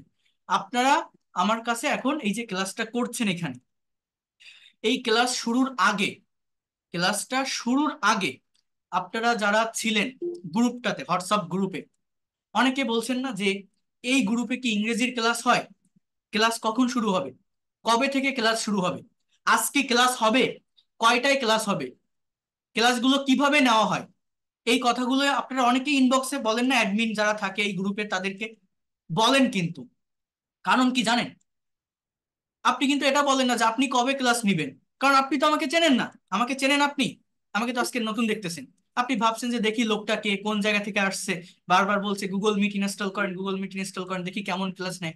অনেকে দেখতে আসছেন, অনেকে শিখতে আসছেন, তো যে যে কারণে আসেন না কেন, এর আগে তো আপনি জানতেন না কে টিচার, কে ক্লাস নিবে? জানতেন? জানতেন না। এই গ্রুপে আমার আরো অনেক অ্যাডমিন আছে, আমার আরো অনেক অ্যাডমিন আছে যারা গ্রুপগুলো কন্ট্রোল করছে। এখন কে ক্লাস নেয় এটা তো আপনি জানেন না, আমি যে টিচার এই জিনিসটা তো আপনি জানেন না। তাহলে আপনি কি প্রশ্ন করছেন? ইনবক্সে আপনি বলছেন না এই গ্রুপে কি ইংরেজির ক্লাস হয়? ক্লাস কখন হবে? কবে থেকে ক্লাস হবে? ক্লাস কিভাবে নেওয়া হবে? এই প্রত্যেকটা কথা আপনার প্যাসিভ ভয়েস। প্রত্যেকটা কথা প্যাসিভ ভয়েস, অর্থাৎ আপনি নিজেও জানেন না, আমরা নিজেও জানি না। আমরা ডে টু ডে লাইফের কত কথা হরহামেশা আমরা এই প্যাসিভ ব্যবহার করে বাংলায় বলি, বাট ইংলিশে এদের প্রপার প্র্যাকটিস না থাকার কারণে আমরা ইংলিশে কথা বলতে পারি না। অর্থাৎ আপনি নিজে এই কথাটা ইংলিশে বলার চেষ্টা করেন তো, যে ক্লাস কখন শুরু হবে, ক্লাস কখন শুরু হবে, বা আজকের ক্লাসটা কখন শুরু হবে, এই কথাটার ইংলিশ। দেখেন এই কথাটার ইংলিশ এরকম হয় যে প্রথমত কখন, তো হোয়েন, কথাটা বোঝেন, হোয়েন আজকে ক্লাসটা, when will, when will the class, when will the class B started today.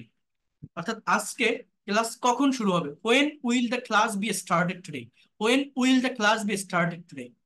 তো এই যে সেন্টেন্সটা আমি লিখলাম, এই প্র্যাকটিসটা কতজনের থাকে? এটা কিন্তু থাকে না। বাট এটা কিন্তু একটা প্যাসিভ ভয়েস। কারণ কি জানেন? আমার সাবজেক্ট হচ্ছে ক্লাস, কে নিবে বা না নিবে আমি এটা বলছি না। অর্থাৎ একটা নিষ্ক্রিয় বা ইনঅ্যাক্টিভ সাবজেক্ট। যদি আপনি বলতেন যে আপনি কখন ক্লাস নিবেন, when will you start this class, আপনি কখন ক্লাস শুরু করবেন, when will you take this class, এভাবে আপনি সহজে বলতে পারতেন। বাট এটা ফিউচার ইনডিফিনিট টেন্সের প্যাসিভের একটা স্ট্রাকচার। অর্থাৎ জিনিসটাকে আমি একটু আপনাদের বুঝাই বলি। মনে করেন এই যে আমি আপনাদের ক্লাস নিচ্ছি, ক্লাস এর আগে আমি নোটিশ দেই না যে আমি এই টাইমে ক্লাস নিব, অথবা আমার যারা পেইড কোর্সের স্টুডেন্ট থাকে ওদের ক্লাসের আগে কিন্তু আমি নোটিশ দেই। ফর এক্সাম্পল, আমি আজ রাত 8টায় আপনাদের ক্লাস নিব। ইংলিশটা কিভাবে বলছি যে I will take your class at 8 p.m. I will take your class at 8 p.m. এই যে সেন্টেন্সটা আমি লিখলাম, আমি 8টায় ক্লাস নিব, এই সেন্টেন্সটা দেখে আপনারা বুঝতে পারছেন এটা ফিউচার ইনডিফিনিট টেন্সের একটা sentence. Will auxiliary verb, take main verb. Tense যারা বলছেন তারা দেখেই বুঝতে পারছেন এটা future indefinite tense, subject active. আমি রাত 8টায় আপনাদের ক্লাস নিব। কিন্তু কথাটাকে এইভাবে না বলে আমি যদি কথাটাকে এইভাবে বলি যে আপনাদের ক্লাসটা আজ রাত 8টায় নেওয়া হবে, অর্থাৎ মনে করেন আমি মেসেজ না দিয়ে, আমি যেটা বললাম আমার এই গ্রুপে আরো অনেক অ্যাডমিন আছে, আমি তাদেরকে দিয়ে মেসেজ দেওয়া, অর্থাৎ আরেকজন যদি আপনাকে মেসেজ দেয়, যদি এইভাবে বলে যে আপনাদের ক্লাসটা আজ রাত 9টায় নেওয়া হবে বা 8টায় নেওয়া হবে, এবং আপনারাও যখন প্রশ্ন করেন কি করেন যে এই গ্রুপে কি ক্লাস হবে, কখন ক্লাস শুরু হবে, কিভাবে ক্লাস নেওয়া হয়, অর্থাৎ আপনি ফোকাসটা কার উপর দিচ্ছেন, আমার উপর না। কিন্তু আপনি কিন্তু, আমি যে ব্যক্তি আমাকে আপনি চেনেন না। আপনার দরকার কি ক্লাসটা করা, দরকার কি ইংরেজিটা শেখা। আপনার ক্লাস করলে হচ্ছে, সে যার কাছ থেকে করে না কেন, ইংরেজি ল্যাঙ্গুয়েজটা শিখতে পারলে হচ্ছে, সে যে শেখায় শিখুক, মানে শেখা, আমার শিখে নিতে পারলে হচ্ছে। তাহলে আমি ফোকাস করছি কোথায়, গুরুত্ব দিচ্ছি কোথায়, ক্লাসের উপর। এই ক্লাস কি, ক্লাস কি নিজে নিজে শুরু হতে পারে? ক্লাসের কি হাত পা আছে? না, নিজে নিজে হয় না। কিন্তু যখন ওই ক্লাস, এটা একটা ইনঅ্যাক্টিভ ওয়ার্ড, এটাকে যখন আপনি সাবজেক্টে নিয়ে আসছেন, তখন প্যাসিভের স্ট্রাকচার মেনটেন করে কথা বলতে হয়। প্রত্যেকটা টেন্স, মডাল, সেমি মডাল, ভার্বের প্যাসিভের একটা আলাদা স্ট্রাকচার আছে। অর্থাৎ আমি যদি বলি যে আপনাদের আজকের ক্লাসটা রাত 8টায় নেওয়া হবে, তখন ইংলিশটা কি হবে, মানে আমি না বলে আমার গ্রুপের আরেকটা অ্যাডমিন মেসেজটা দিল আপনাদের উদ্দেশ্যে, তাহলে ইংলিশটা কি হবে? Your class will be taken, দেখেন, will be taken at 8 p.m. At 8 p.m. আপনাদের ক্লাস রাত 8টায় নেওয়া হবে। Your class will be taken at 8 p.m.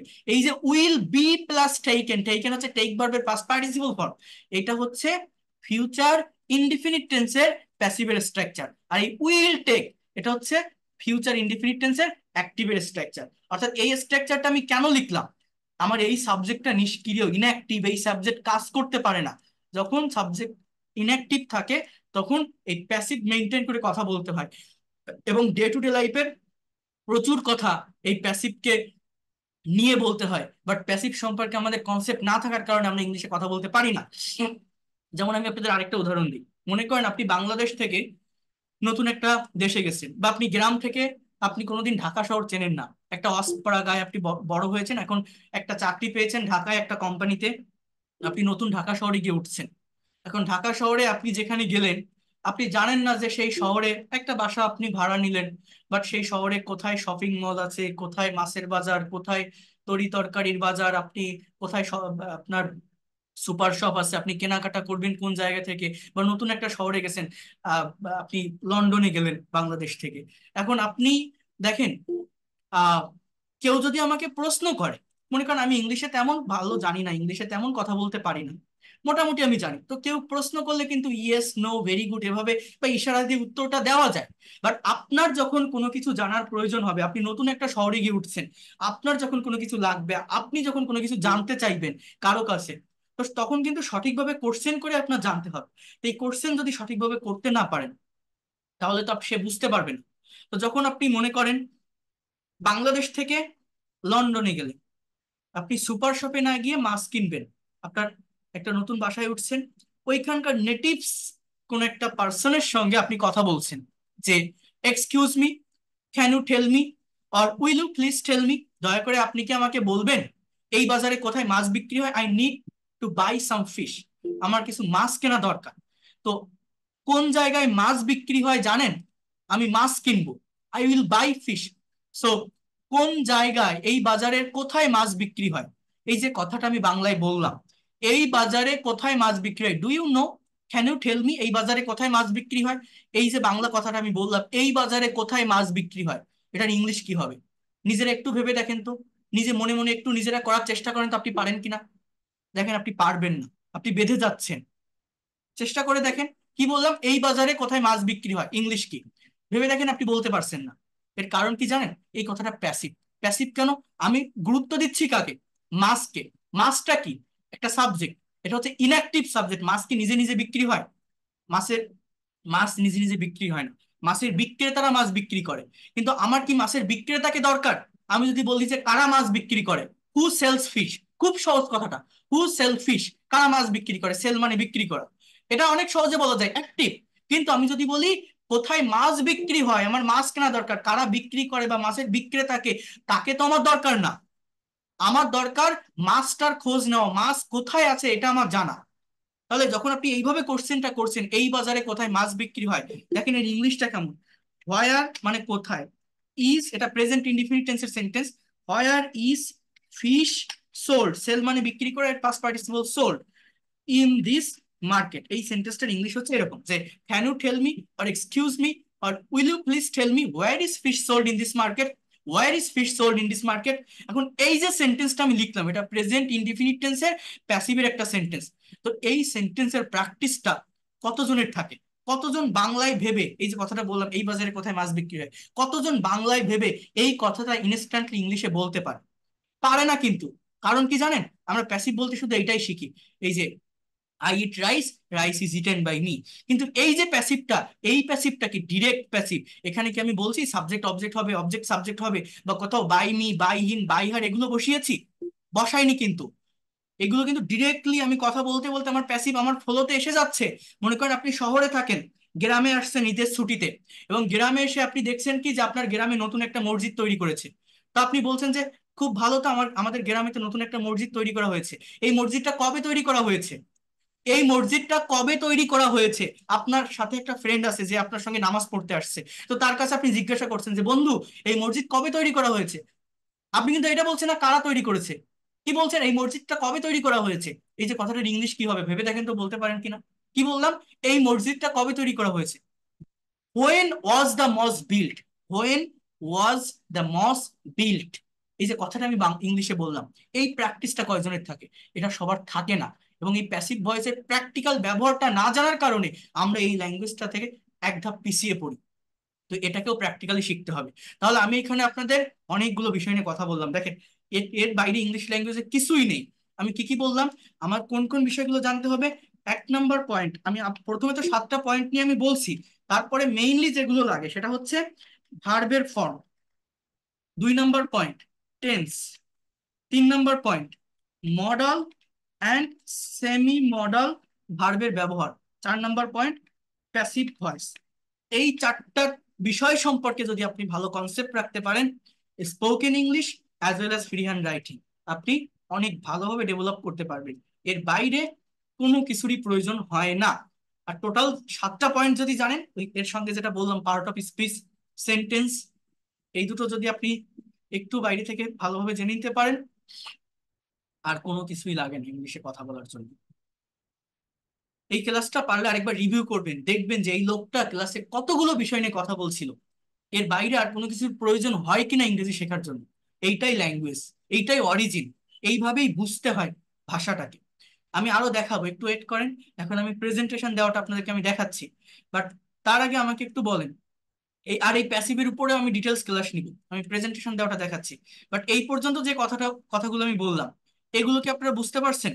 যে বিষয়গুলো নিয়ে আলোচনা করলাম, প্যাসিভ ভয়েস সম্পর্কে যেটা আমি বললাম, হ্যাঁ, প্যাসিভের উপরেও আপনারা আগামীকালও রাত রাত 8টায় আপনাদের সেকেন্ড ফ্রি লাইভ ক্লাস। ধন্যবাদ। আগামীকালও রাত 9টায় আপনাদের সেকেন্ড ফ্রি লাইভ ক্লাস হবে। সেখানেও টাইম মেনটেন করে জয়েন করবেন। দেখেন আমি যাদেরকে পড়াই, যাদেরকে শেখাই, আমি এক্সপার্ট এবং ফ্লুয়েন্ট করে বের করি। এটা আমি কোনো আপনি কোনো এক্সাজারেট করা কথা আমি বলছি না, কারণ আমাকে হয়তো আপনারা চেনেন না বা ওইভাবে দেখেননি, কারণ আমি এই ল্যাঙ্গুয়েজটা নিয়ে ওইভাবে আমি এখানে টাইম দিতে পারি না। আমার হাজার হাজার লাখ লাখ সাবস্ক্রাইবারও নেই, ফলোয়ারও নেই। আমি একটা পার্মানেন্ট জবের ভিতর আছি, তো এই জন্য আর কি আমি এখানে আমার রাতের বেলায় আমার ফ্রি টাইম বা লেজার টাইমে আমি পড়াই। আমি একটা পাবলিক ইউনিভার্সিটি থেকে ইংলিশ ল্যাঙ্গুয়েজ এন্ড লিটারেচারে আমি পড়াশোনা করছি। তো আইএলটিএস এ আইএলটিএস কমপ্লিট করে, টোফেল কমপ্লিট করে আমি এখানে আসছি। তো আমি এমন কোনো জায়গায় বাকি রাখি না বা রাখবো না যেটা আপনারা জানতে বা বুঝতে অক্ষম হবেন। আমি আবারও বলছি, এই ফ্রি ক্লাসগুলো আপনারা অ্যাটলিস্ট করে যান, আপনি বুঝতে পারবেন যে এরকম একটা লোক ছিল, এইভাবে এই ল্যাঙ্গুয়েজটা শিখাইছিল বা দেখাইছিল। কারণ আমি তো দেখছি বাংলাদেশে কত প্রতিষ্ঠান আছে, কত বড় বড় প্রতিষ্ঠান আছে, তারা ইংরেজি শেখায়, কিভাবে শেখায় সেটাও আপনি দেখছি। আপনারা যে কোনো জায়গা থেকে একটা পেইড কোর্স করে আসেন, টাকা দিয়ে কোর্স করে আসেন, আর আমার এই ফ্রি কোর্সটা করবেন। জাস্ট এই ফ্রি ক্লাসগুলো, আমার কোনো পেইড কোর্স করতে বলছি না আমি। আমার পেইড কোর্স যারা করার তারা করে। এখানে আমার পেইড কোর্সের কোর্স ফি 2,000 টাকা, 1,000 টাকা অ্যাডভান্স করে করে। এটার বেনিফিট হচ্ছে টু ওয়ে কমিউনিকেশন থাকে, ল্যাঙ্গুয়েজ ক্লাব থেকে স্টুডেন্টরা কথা বলার সুযোগ পায়। যেমন এখন আমি এই 10টা আরেকটা ব্যাচ শুরু করব, সেখানে ওদের ল্যাঙ্গুয়েজ ক্লাব আর কি, স্পিকিং প্র্যাকটিস, ওদের কাছ থেকে টেস্ট নিব, এটা থাকে। তো সেটা যারা করার তারা করে, অটোমেটিক্যালি আসে। এবং এই যে ফ্রি ক্লাসগুলো আমি এখন নিচ্ছি, আমার পেইড কোর্সের নতুন ব্যাচ শুরু হবে এই মাসের 11 তারিখে। তো তার জন্য পুরাতন স্টুডেন্ট গুলো অনেকে ওয়েট করে আছে, যারা আগের ব্যাচে ভর্তি হতে পারেনি। তো সেটা আলাদা কথা, কিন্তু আমি আপনাদের আমার কোনো পেইড কোর্স করতে বলছি না, এই ফ্রি ক্লাসগুলোই করতে বলছি। এগুলোই ধারাবাহিকতা মেনটেন করে করেন, দেখবেন আপনি কতটা ডেভেলপমেন্ট পান এবং কতগুলো বিষয় সম্পর্কে এখান থেকে জেনে যেতে পারেন। কারণ আমি যাদেরকে শেখাই, আমি অনেক পরিশ্রম করে শেখাই, অনেক ডিটেলসে প্রত্যেকটা বিষয় আমি বুঝিয়ে থাকি। কারণ অনেকে বিভিন্ন জায়গা থেকে শিখতে থাকে। ইংলিশ একটা ভাষা, এটা শিখতে গেলে ধারাবাহিকতা মেনটেন করতে হয়। এখান থেকে ওখান থেকে শিখতে থাকলে আপনি কি শিখতে পারবেন। আপনি আজকে ইউটিউবে একটা ক্লাস দেখছেন, কালকে এরকম একটা লাইভ ক্লাস করছেন, পরের দিন ফেসবুক পেজে আপনার সামনে একটা ক্লাস ভেসে উঠছে। এগুলো তো কন্টেন্ট, এগুলো আপনি দেখে হয়তো শিখছেন, শিখতে পারবেন। কিন্তু আপনি নিজেকে প্রশ্ন করে দাঁড়ান, এই বিভিন্ন জায়গা থেকে দেখতে থাকলে বা শিখতে থাকলে আপনার দিনের পর দিন, মাসের পর মাস, বছরের পর বছর যেতে থাকবে। আপনাকেও শিখে যেতে হবে, এই শেখাটা আপনি শেষ নামাতে পারবেন না, কখনোই শেষ নামাতে পারবেন না। নিজের ভিতরে ওই কনফিডেন্টটা পাবেন না। কিন্তু আপনি যদি ধারাবাহিকতা মেনটেন করেন, যদি একটা মেন্টরের অধীনে থেকে বুঝতে পারেন যে আমি কোন জায়গা থেকে শুরু করব, কোথায় শেষ করব, এই ল্যাঙ্গুয়েজের ভিতর ঠিক কি আছে, তাহলে এই ল্যাঙ্গুয়েজটাতে আপনি প্রফেশনাল হতে পারবেন। ল্যাঙ্গুয়েজটাকে নিজের একটা অ্যাসেট বা সম্পদ হিসেবে নিতে পারবেন, নিজের ভিতরে একটা কনফিডেন্ট পাবেন, নেক্সট জেনারেশনকে শেখাতে পারবেন। না হলে বিভিন্ন জায়গা থেকে দেখতে থাকলে আপনার দেখে যেতে হবে, শিখে যেতে হবে, ওই শেখাটা শেষ নামাতে পারবেন না, নিজের ভিতরে ওই কনফিডেন্টটা পাবেন না যে আমি পুরোপুরি ভাবে ল্যাঙ্গুয়েজটা জানি বা পারি। এটা হচ্ছে মেইন বিষয়। এখানে এই ফ্রি ক্লাসগুলোই করেন, এখানেই আপনি আপনার ধারাবাহিকতাটা কি, ল্যাঙ্গুয়েজের সিকোয়েন্সটা কি আপনি বুঝতে পারবেন। পেইড কোর্স করতে বলছি না, কিন্তু ভুল বুঝবেন না, আমাকে ফ্রি ক্লাসগুলোই করতে বলছি। কারণ এখানে আমি একটা দুইটা ফ্রি ক্লাস নেই না, আমি যাদেরকে শেখাই, আমি আমার সম্পূর্ণ আমার ভিতরে যা কিছু আছে সবকিছু দিয়েই আমি শেখাই। কিন্তু পার্থক্য হচ্ছে এটা, এই যে ফ্রি ক্লাস নিচ্ছি, এখানে এত মানুষের ভিতর আপনাদের আনমিউট করে দিলে অনেক নয়েজ ক্রিয়েট হয়, এই জন্য অন ওয়ে কমিউনিকেশন হয়। আর পেইড কোর্সে কম স্টুডেন্ট থাকে, প্রত্যেকটা ব্যাচে 30 জন 35 জন এরকম স্টুডেন্ট থাকে। তো টু ওয়ে কমিউনিকেশন হয়, তারা কোশ্চেন করতে পারে, তারা স্পিকিং করতে পারে, প্রেজেন্টেশন দেওয়ার সুযোগ পায়। কারণ এটা তো একটা ভাষা, এটা সায়েন্স না বা ম্যাথ না যে আমি শেখালাম আপনি মনোযোগ দিয়ে শিখলেন। এরকম হাজারটা ক্লাস করে কোনো লাভ হবে না যদি না আপনি কথা বলতে পারেন। কারণ ইংলিশ ল্যাঙ্গুয়েজটা প্রপারলি ডেভেলপ করতে গেলে একটা ভাষা, তো আপনাকে এটা বুঝতে হবে, আপনার মুখ দিয়ে কথা বের করতে হবে, আপনাকে আউট স্পিক, আপনার ব্রেন দিয়ে আইডিয়া জেনারেট করতে হবে। আপনি যদি কথা বলতে না পারেন, আপনি যতই শেখেন না কেন, যত ভালো টিচার শেখাক না কেন, আপনি শিখতে পারবেন, বুঝতে পারবেন, বুঝে রেখে দিতে হবে, কথা বলতে পারবেন না যদি না আপনি কথা বলেন। তো এই পেইড কোর্সের বেনিফিট ওইটাই, ওদেরকে দিয়ে আমি কথা বলাই, কথা ওরা বলে। বাট এই ফ্রি ক্লাসগুলো করেছেন, শেখার যে জায়গাটুকু আছে সম্পূর্ণরূপে আপনি শিখতে পারবেন, এতটুকু আমি আপনাদেরকে অ্যাসিওর করতে পারি। তো এখন দেখেন, এইখানে এতক্ষণ তো অনেকগুলো রুলস স্ট্রাকচার নিয়ে কথা বললাম, এখন আমি একটু প্রেজেন্টেশনের জায়গাটা নিয়ে একটু কথা বলি আপনাদের সঙ্গে। একটু বোঝার চেষ্টা করেন, দেখেন আপনারা যারা মোটামুটি গ্রামার বোঝেন বা রিডিং পড়তে পারেন, কেউ কথা বললে সেটাও বুঝতে পারেন, বাট প্রেজেন্টেশন দিতে পারেন না, কিভাবে দিবেন? দেখেন, speak about your daily activities using present simple tense. একটা বিষয় কি জানেন, ইংলিশে কথা বলতে গেলে আইএলটিএস এর কিউ কার্ডের উপর বিভিন্ন টপিকের উপর প্রেজেন্টেশন দিতে গেলে প্রথমত টপিক এর ব্যাকগ্রাউন্ড বুঝতে হয়। অর্থাৎ এই বিষয়টার উপরে আমি কথা বলবো, এর ব্যাকগ্রাউন্ডটা কি, ব্যাকগ্রাউন্ড মানে কি জানেন, টাইমিংটা কেমন। অর্থাৎ আমাদের ইংলিশে অনেক স্ট্রাকচার থাকে, বাট একটা বিষয়ের উপর, একটা পার্টিকুলার বিষয়ের উপর কথা বলতে গেলে বা স্পিকিং এর জন্য সমস্ত স্ট্রাকচারের প্রয়োজন হয় না, জাস্ট একটা বা দুইটা স্ট্রাকচারের উপর ডিপেন্ড করে হোল প্রেজেন্টেশনটা দেওয়া যায়। তো প্রেজেন্টেশন কিভাবে দিতে হয় এখানে একটু দেখেন। মূলত ভার্বের উপর ফোকাস করবেন। ভার্বের ফর্মের, একটা সেন্টেন্সের সাবজেক্ট সাবজেক্টের জায়গায় থাকে, অবজেক্ট অবজেক্টের জায়গায় থাকে, ভার্বের ফর্মের পরিবর্তন হয়ে মূলত অর্থের পরিবর্তন হয় বা টাইমের পরিবর্তন হয়। যেমন দেখেন, এখানে একটা টপিক দেওয়া আছে, প্রথমে প্রেজেন্টেশনের টপিকটা হচ্ছে you have to speak about your daily activities, অর্থাৎ আপনি প্রতিদিন কি করেন, আপনার প্রতিদিনের কাজকর্মগুলো কি, ডেইলি অ্যাক্টিভিটিস গুলো কি, সেইটা আপনাকে ইংলিশে ডেসক্রাইব করতে হবে। তো ডে টু ডে লাইফের কথা, প্রতিদিনের কথা, এটা ডেসক্রাইব করতে গেলে আপনার প্রেজেন্ট ইনডিফিনিট টেন্স ইউজ করতে হবে। প্রতিদিন কেউ কোনো কাজ করে থাকে, কোনো একটা কাজ রেগুলার হইতে হয়ে থাকে বা হ্যাবিচুয়াল কোনো ফ্যাক্ট, এটা প্রেজেন্ট ইনডিফিনিট টেন্সের ডেফিনিশনের ভিতর যায়। প্রেজেন্ট ইনডিফিনিট টেন্সের স্ট্রাকচার কি, সাবজেক্টের পর ভার্বের প্রেজেন্ট ফর্ম বা V1টা বসে। এখানে ভার্ব গুলোর উপর আমি ইয়েলো কালার দিয়ে হাইলাইট করছি, এই জায়গাটাতে একটু ফোকাস করেন। এবং এখানে দেখেন লেখা আছে, প্রথমে একটা গ্রিটিংস দেওয়া আছে। একটা সুন্দর প্রেজেন্টেশন দিতে গেলে ভালো একটা ইন্ট্রোডাকশন দিতে হয়, তাই না? তো সেইভাবে দেখেন এখানে লেখা আছে, আসসালামু আলাইকুম, good afternoon you all, I am Sakib before you, I am really glad to share my feelings.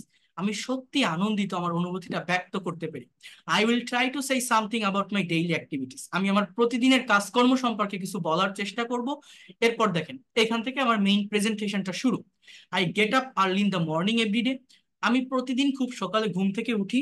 Subject, সাবজেক্টের পরেই ভার্ব, এবং ভার্বের দেখেন প্রেজেন্ট ফর্ম কিন্তু V1, যেটা একটা ভার্বের, আমি অলরেডি আপনাদের বলছি ফর্ম বুঝতে হয়, ভার্বের ফর্মকে পরিবর্তন করেই টাইমের পরিবর্তন করতে হয়। Then I brush my teeth, তারপর আমি আমার দাঁত ব্রাশ করি। I wash my face and take ablution for Fajr prayer, আমি মুখ ধুই এবং ফজরের নামাজের জন্য উজু করি। After that I do some exercise, তারপর আমি কিছু ব্যায়াম করি। Then I refresh my self and take my breakfast, আমি ফ্রেশ হই এবং আমার ব্রেকফাস্ট করি। Then I get ready to go to office at 9:30 AM, তারপর আমি 9:30টায় অফিসে যাওয়ার জন্য রেডি হই। Then I start doing my work, আমার কাজ শুরু করি। Then I take lunch at 2 PM, আমি 2টায় লাঞ্চ করি। After that I come back from office from 5 PM, at 5 PM আমি 5টায় অফিস থেকে বাসায় ফিরি। Then I spend some times with my family, spend মানে সময় কাটানো, আমার পরিবারের সাথে কিছু সময় কাটাই। Then I learn English for 1 hour, আমি 1 ঘন্টার জন্য ইংরেজি শিখি। Then I take my dinner at 10 PM, আমি 10টায় আমার ডিনার করি। And I go to bed for sleeping at 11 PM, আমি 11টায় বেডে ঘুমাতে যাই। So that's all about my daily activities, thanks for patience sharing. অর্থাৎ কেউ কোনো কাজ প্রতিদিন করে, রেগুলার ওয়েতে করে, রেগুলার তার কোনো হ্যাবিট, এটা প্রকাশ করার জন্য একজনের একটা স্যাম্পল অ্যান্সার আপনারা এখানে দেখছেন দেওয়া আছে। এইটাকে মেনটেন করে আপনি প্রতিদিন কোন কাজটা করেন, এইটার উপর একটা প্রেজেন্টেশন তৈরি করার চেষ্টা করবেন। দেখবেন আপনার কতটা ডেভেলপমেন্ট এই জায়গা থেকে আসে। আপনি যে কাজগুলো করেন সেইভাবে আপনাকে ভার্বের প্রেজেন্ট ফর্মটাকে ইউজ করতে হবে। তো এটা হচ্ছে প্রেজেন্ট টেন্সের সেন্স। এখন আমি কি বলছি, ইংলিশে কথা বলতে গেলে টাইমের পরিবর্তন করতে হয়, সেন্সের পরিবর্তন করতে হয়। একটা কথাকে একটা টাইমে রেখে কখনো বলা যায় না, বিভিন্ন ওয়েতে একটা কথাকে বলতে হয় আমাদের।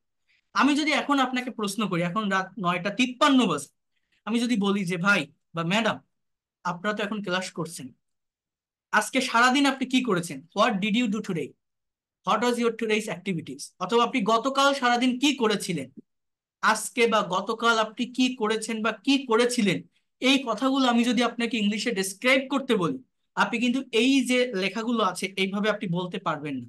কারণ এখানে আপনার টাইমের পরিবর্তন হয়ে যাচ্ছে, আপনাকে পাস্ট টেন্সে কথা বলতে হবে। পাস্ট টেন্স মানে কি, সাবজেক্টের পর ভার্বের পাস্ট ফর্ম ইউজ করতে হবে। কারণ কি, আপনি অতীতের একটা এক্সপিরিয়েন্স শেয়ার করবেন। এই সেন্টেন্সগুলোর বাংলা অর্থ কি, আমি এই টাইমে ঘুম থেকে উঠি, আমি উজু করি, নামাজ পড়ি, ফ্রেশ হই, অফিসে যাই, অফিস থেকে বাসায় ফিরি, জাস্ট অ্যাজ ইউজুয়াল কোনো কাজ প্রতিদিন করি। কিন্তু আমি যদি বলি what did you to yesterday, আপনি গতকাল কি করেছিলেন, আপনাকে তো এগুলো বলতে হবে যে আমি আমি গতকাল এই টাইমে ঘুম থেকে উঠেছিলাম, ফজরের নামাজ পড়েছিলাম, উঠেছিলাম, তাই না? আমি অফিসে গিয়েছিলাম, আমার এক কলিগের সঙ্গে দেখা করেছিলাম, এই টাইমে বাসায় ফিরেছিলাম, আমার স্ত্রীকে নিয়ে একটু শপিং এ গিয়েছিলাম, এই টাইমে বাসায় ফিরে টিভি দেখেছিলাম। তো এরকম করেছিলাম, গিয়েছিলাম, পড়েছিলাম, নিয়েছিলাম, এই ধরনের টাইমিং গুলো আপনি যখন বাংলায় ভাববেন, ইংলিশে যখন আপনি এক্সপ্রেস করতে চাইবেন, আপনাকে কি করতে হবে জানেন, ভার্বের পাস্ট ফর্ম আপনাকে ইউজ করতে হবে। তো এইটা কিভাবে করতে হয় দেখেন, এইখানে দেওয়া আছে what did you do yesterday আর what was your yesterday's activities. আমার সাবজেক্ট সাবজেক্টের জায়গায় থাকবে, অবজেক্ট অবজেক্টের জায়গায় থাকবে, কথার পরিবর্তন বা কালের পরিবর্তন, কথা বলতে গেলে মূলত পরিবর্তনটা কথায় হবে ভার্বের ফর্মে। অর্থাৎ প্রত্যেকটা ভার্বের পাস্ট ফর্ম আপনাকে ইউজ করতে হবে। এই জন্য বলি আমি, ভার্বের ফর্ম না জানলে আপনি ইংলিশে কথা বলতে পারবেন না। শুধু এই এক্সপ্রেশনটা না, আপনি যে কোনো কিছু, অতীতের যে কোনো কথা আপনি ইংলিশে বলতে চান, প্রকাশ করতে চান, আপনার সব সময় ভার্বের এই পাস্ট ফর্ম ইউজ করে কথা বলতে হবে। অনেকে পাস্ট টেন্স মানে মনে করে ওয়াজ ওয়ার এর ব্যবহার, বাট ওয়াজ ওয়ার না, কিন্তু পাস্ট টেন্স মানে মেইন ভার্ব বা ফাইনাইট ভার্বের পাস্ট ফর্ম ইউজ করতে হয়। দেখেন দেখেন এখানে আমি কোথাও ওই ওয়াজ ওয়ার লিখিনি। তো সেটা কিভাবে হচ্ছে দেখেন, এখানে গ্রিটিংসটা ওইভাবে দেওয়া আছে। এরপর দেখেন, I got up early in the morning yesterday. Get মানে ওঠা, এর পাস্ট ফর্ম গট, অর্থাৎ আমি উঠেছিলাম খুব সকালে, বাংলাটা বুঝবেন, উঠেছিলাম। Then I brush my teeth, তারপর আমি আমার দাঁত ব্রাশ করেছিলাম। I washed my face and took ablution, আমি মুখ ধুয়েছিলাম এবং উজু করেছিলাম ফর ফজর প্রেয়ার, ফজরের নামাজের জন্য। After that I did some exercise, তারপর আমি কিছু ব্যায়াম করেছিলাম। Then I refreshed my self and took my breakfast, আমি ফ্রেশ হয়েছিলাম এবং আমার ব্রেকফাস্ট করেছিলাম। Then I got ready to go to office or college at 9:30 AM, তারপর আমি 9:30টার দিকে অফিসে যাওয়ার জন্য রেডি হয়েছিলাম। Then I started doing my work, আমার কাজ শুরু করেছিলাম। I took my lunch at 2 PM, আমি 2টায় আমার লাঞ্চ করেছিলাম। After that I came back from office at 5 PM, আমি 5টায় অফিস থেকে বাসায় ফিরেছিলাম। Then I spend some time with my family, তারপর আমার পরিবারের সাথে কিছু সময় কাটিয়েছিলাম। Then I learned English for 1 hour, আমি 1 ঘন্টার জন্য ইংরেজি শিখেছিলাম। And I took my dinner at 10 PM, আমি 10টায় আমার ডিনার করেছিলাম। Then I went to bed for sleeping at 11 PM, আমি 11টায় বেডে ঘুমাতে গিয়েছিলাম। That's all about my yesterday's activities, thanks for patience Harry. তো এইখানে কি হলো, আমি গিয়েছিলাম করেছিলাম, অর্থাৎ আপনার অতীতের যে এক্সপিরিয়েন্স, টাইমের পরিবর্তনটা দেখেন কিভাবে হয়, অতীতের এক্সপিরিয়েন্সটা শেয়ার করতে হবে। এবং সেটা আপনি কিভাবে শেয়ার করবেন, ভার্বের ফর্মের পরিবর্তন করে। অর্থাৎ গেটের পাস্ট ফর্ম গট, ব্রাশের past form brushed, started past form started, কামের past form came, spended past form spent, অনেকে স্পেন্ডেড বলে, হ্যাঁ, অনেক ভাবে যে বেশিরভাগ ভার্বের পাস্ট ফর্ম ইডি দিয়ে হয়, কিন্তু না। যেমন এসিএনডি, সেন্ট, পাস্ট ফর্ম কি, সেন্ট। টেক এর পাস্ট ফর্ম টুক, গো এর পাস্ট ফর্ম ওয়েন্ট। এই ভার্বের ফর্ম আপনাকে জানতে হবে। ভার্বের ফর্ম যদি আপনি না জানেন, এই অতীতের কোনো কথা, কোনো ধরনের এক্সপিরিয়েন্স আপনি ইংলিশে শেয়ার করতে পারবেন না। আমি আবারও বলছি, অনেকেই পাস্ট টেন্স মানে মনে করে ওয়াজ হয়, ওয়াজ হয় না।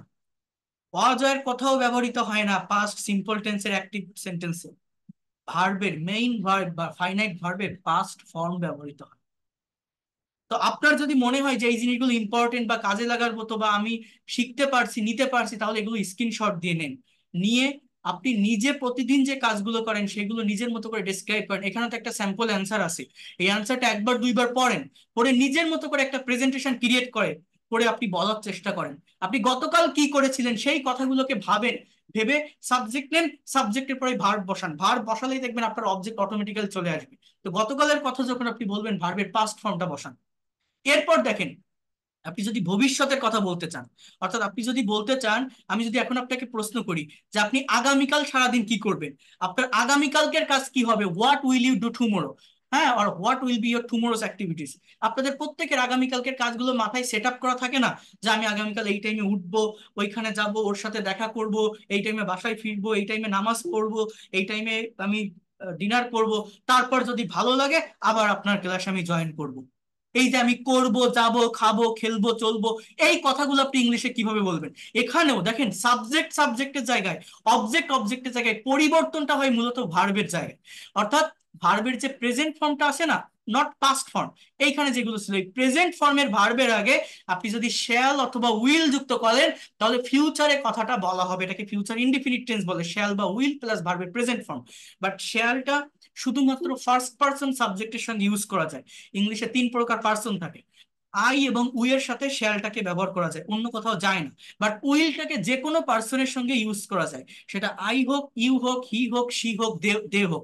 এবং মডার্ন গ্রামার অনুযায়ী সব জায়গায় উইলের ব্যবহার হয়। এই জন্য শেয়ালটাকে স্কিপ করে যদি সব জায়গায় উইলের ব্যবহার করেন, তাহলে আর কোনো কনফিউশন থাকবে না। চেষ্টা করবেন সব জায়গাতে উইলের ব্যবহারটা করার। তাহলে আমি যদি বলি যে আপনি আগামীকাল সারাদিন কি করবে, এরকম টাইমের চেঞ্জ করে করে কথা বলতে হয়, তাহলে আপনি প্রফেশনাল হতে পারবেন। তো দেখেন সেটা কিভাবে, প্রথমে আপনি গ্রিটিংস দিয়ে এরকম দেখেন, I will get up early in the morning tomorrow, আমি আগামীকাল খুব সকালে ঘুম থেকে উঠবো। Then I will brush my teeth, তারপর আমি আমার দাঁত ব্রাশ করব। I will wash my face and take ablution for Fajr prayer, আমি উজু করব এবং আমি মুখ ধুবো এবং ফজরের নামাজের জন্য উজু করব। After that I will do some exercise, তারপর আমি কিছু ব্যায়াম করব। Then I will fresh my self and take my breakfast, আমি আমার ব্রেকফাস্ট করব। I will get ready to go to office at 9:30 AM, আমি 9:30টার জন্য অফিসে যাওয়ার জন্য রেডি হব। Then I will start my work, আমি আমার কাজ শুরু করব। I will take lunch at 2 PM, আমি 2টায় লাঞ্চ করব। After that I will come back from office at 5 PM, আমি 5টায় অফিস থেকে বাসায় শুরু করব, আমি 5টায় অফিস থেকে বাসায় ফিরবো। Then I will spend some times with my family, তারপর আমি আমার পরিবারের সাথে কিছু সময় কাটাবো। Then I I will learn English for 1 hour, আমি 1 ঘন্টার জন্য ইংরেজি শিখবো। I will take my dinner at 10 PM, আমি 10টায় ডিনার করবো। Then I will go to bed for sleeping at 11 PM, আমি 11টায় বেডে ঘুমাতে যাবো। তাহলে আমি যাবো, খাবো, চলবো, খেলবো, পড়বো, লিখবো, এই কথাগুলো বলার জন্য কি করবো, সাবজেক্ট বসাবো, সাবজেক্টের পর উইল প্লাস যে কাজটা আমি করবো সেই কাজটা অর্থাৎ সেই ভার্বটা প্রেজেন্ট ফর্ম বসাবো, তাহলেই ফিউচারে কথা হয়ে যায়। So English is a very straight language, আপনি ইংলিশে কেন কথা বলতে পারবেন না, খুবই সহজ। জাস্ট ভার্বের ফর্মের পরিবর্তন করলে টাইমের পরিবর্তন হয়, এবং এই পরিবর্তন করে ইংলিশে কথা বলা, প্রেজেন্টেশন দেওয়া, স্পিকিং করা শিখতে হয়। দেখেন, আপনারা যদি আমার পেইড কোর্সে থাকতেন তাহলে আমি আপনাদের কাছ থেকে ফিডব্যাক নিতে পারতাম, আপনাদের বলতাম যে এগুলোর উপর ডিপেন্ড করে এই প্রেজেন্টেশন গুলোকে স্যাম্পল হিসাবে নিয়ে আপনি নিজে প্রতিদিন যে কাজগুলো করেন সেগুলো ডেসক্রাইব করেন, গতকাল যে কাজগুলো করেছিলেন সেগুলো ডেসক্রাইব করেন, আগামীকাল যে কাজগুলো করবেন সেগুলো ডেসক্রাইব করে আমার সামনে প্রেজেন্ট করেন। সেখানে যে ভুলটা হবে আমি আবার আপনাকে ধরাই দিব। এইভাবে ওই পেইড কোর্সে টু ওয়ে কমিউনিকেশনটা থাকে, যেটা এখানে থাকে না। তারপরেও এই জায়গাটাতে আমি আমার জায়গা থেকে যতটুকু পারা যায় আমি সর্বোচ্চটা দেওয়ার চেষ্টা আপনাদের করছি। এরপর বাকিটা আপনার ইচ্ছা, আপনার যদি মনে হয় আপনি ফ্রিতে ক্লাস করছেন, যদি মনে হয় এগুলো ইফেক্টিভ বা কাজে লাগার মতো বা নেওয়ার মতো, আমি শিখতে চাই, তাহলে রেগুলারিটি মেনটেন করে এই ক্লাসগুলো করবেন। আশা করি অনেক ডেভেলপ করতে পারবেন। এবং এই যে প্রেজেন্টেশন গুলো একটা স্ক্রিনশট দিয়ে নেন, বা এই বিষয় রেকর্ডটা আবার দেখে নিজের মতো করে একটা প্রেজেন্টেশন করেন, চেষ্টা করেন তৈরি করার, করে আমাকে হোয়াটসঅ্যাপে দেন বা দেখান যে আপনি গতকাল ক্লাস নিয়েছিলেন এরকম, আমরা এইভাবে করছি প্রেজেন্টেশনটা, দেখেন তো হয়েছে কিনা। এটা নিজের উপর ডিপেন্ড করে, আপনি যদি এটাকে সময় দেন, আপনি যদি টাইম দেন, কিছু কারেক্ট স্ট্র্যাটেজি মেনটেন করতে পারলেই খুব দ্রুত ইংলিশে কথা বলা যায়। আপনি যতই দুর্বল হন, যতই ডাল হোক আপনার ব্রেন, আপনি একদম ইললিটারেট বা অশিক্ষিত হলেও আপনি ইংলিশে কথা বলতে পারবেন, যদি correct way, correct strategy maintain করে প্র্যাকটিস করতে পারেন। ইংলিশ শেখার জন্য ব্রেন লাগে না, এটা সায়েন্স না বা ম্যাথ না, আপনি যতই দুর্বল হন না কেন আপনি পারবেন। এটা একটা ভাষা এবং খুবই সহজ, খুবই সহজে কথা বলা যায়, যদি কি করতে পারেন, কারেক্ট স্ট্র্যাটেজি ফলো করে এগোতে পারেন। Within 2 or 3 month you will be expert and fluent in English. এই হচ্ছে মেইন বিষয়। আরেকটা বিষয় আমি দেখাচ্ছি, তার আগে আমি একটু বলি আপনাদের, জাস্ট আর 5টা মিনিট টাইম দিবেন, তার বেশি টাইম নিব না। আমার পেইড কোর্সের যে বিষয়টা, অনেকে পেইড কোর্সে আসতে চাই, ডিটেল জানতে চাই বারবার, আপনাদের কাউকে পেইড কোর্সে ক্লাস করতে বলছি না। এতক্ষণ তো আমি দেখালাম, আপনারা তো দেখলেন কতগুলো বিষয় নিয়ে আলোচনা করলাম, ভেবে দেখেন আপনি যে কি কি শিখতে হবে, কি কি করতে হবে। এখন আমি আপনাদের একটু দেখাই আমার পেইড কোর্সে যারা থাকে তাদেরকে আমি কিভাবে শেখাই বা কিভাবে পড়াই, আমার কোর্সের প্ল্যান গুলো কি। আপনাদের আমি কাউকে করতে বলছি না, যারা করার তারা এমনিতেই করে। আপনারা যারা ফ্রি ক্লাস করছেন এই ফ্রি ক্লাসগুলোই করেন, এগুলো একটা কোর্সের মতো করে অনেক ক্লাস এখানে থাকবে, শিখতে পারবেন। আর যাদের পেইড কোর্স করার ইচ্ছা আছে, যারা মনে করেন যে আমি প্রফেশনালি ল্যাঙ্গুয়েজটা শিখতে চাই, আমি ডেভেলপ করতে চাই, এই ল্যাঙ্গুয়েজটাকে নিজের অ্যাসেট বা সম্পদ হিসাবে নিতে চাই, ধারাবাহিকভাবে এগোতে চাই একটা মেন্টরের অধীনে থেকে, বা এই লোকটা পড়াতে পারে, বোঝাতে পারে, টেকনিক বলো হয়তো শিখতে পারবো, তারা পেইড কোর্স করতে পারেন। এটা ডিপেন্ড করবে আপনার উপর। তো সেটা কিভাবে নেই একটু দেখেন, অনেকে পেইড কোর্সের নাম শুনলে ভয় চলে যায়, কিন্তু এখানে চলে যাওয়ার কিছু নেই। আপনি যদি এটা দেখেন, এই আইডিয়াটা আপনার ব্রেনে ডেভেলপ করে নিজের মতো করে আপনি প্র্যাকটিস করতে পারবেন। এতক্ষণ তো দেখালাম যে কিভাবে শিখতে হবে, কি শিখতে হবে। এইবার আমি একটু বলি যে আমি আমার স্টুডেন্টদেরকে কিভাবে শিখাই, সেই প্ল্যানটা আপনি নিজে ইমপ্লিমেন্ট করতে পারবেন যদি একটু দেখেন। আপনারা কোর্স না করলেও শুধু একটু দেখে যান, এটা আপনাদের জন্যই বেনিফিটেড হবে।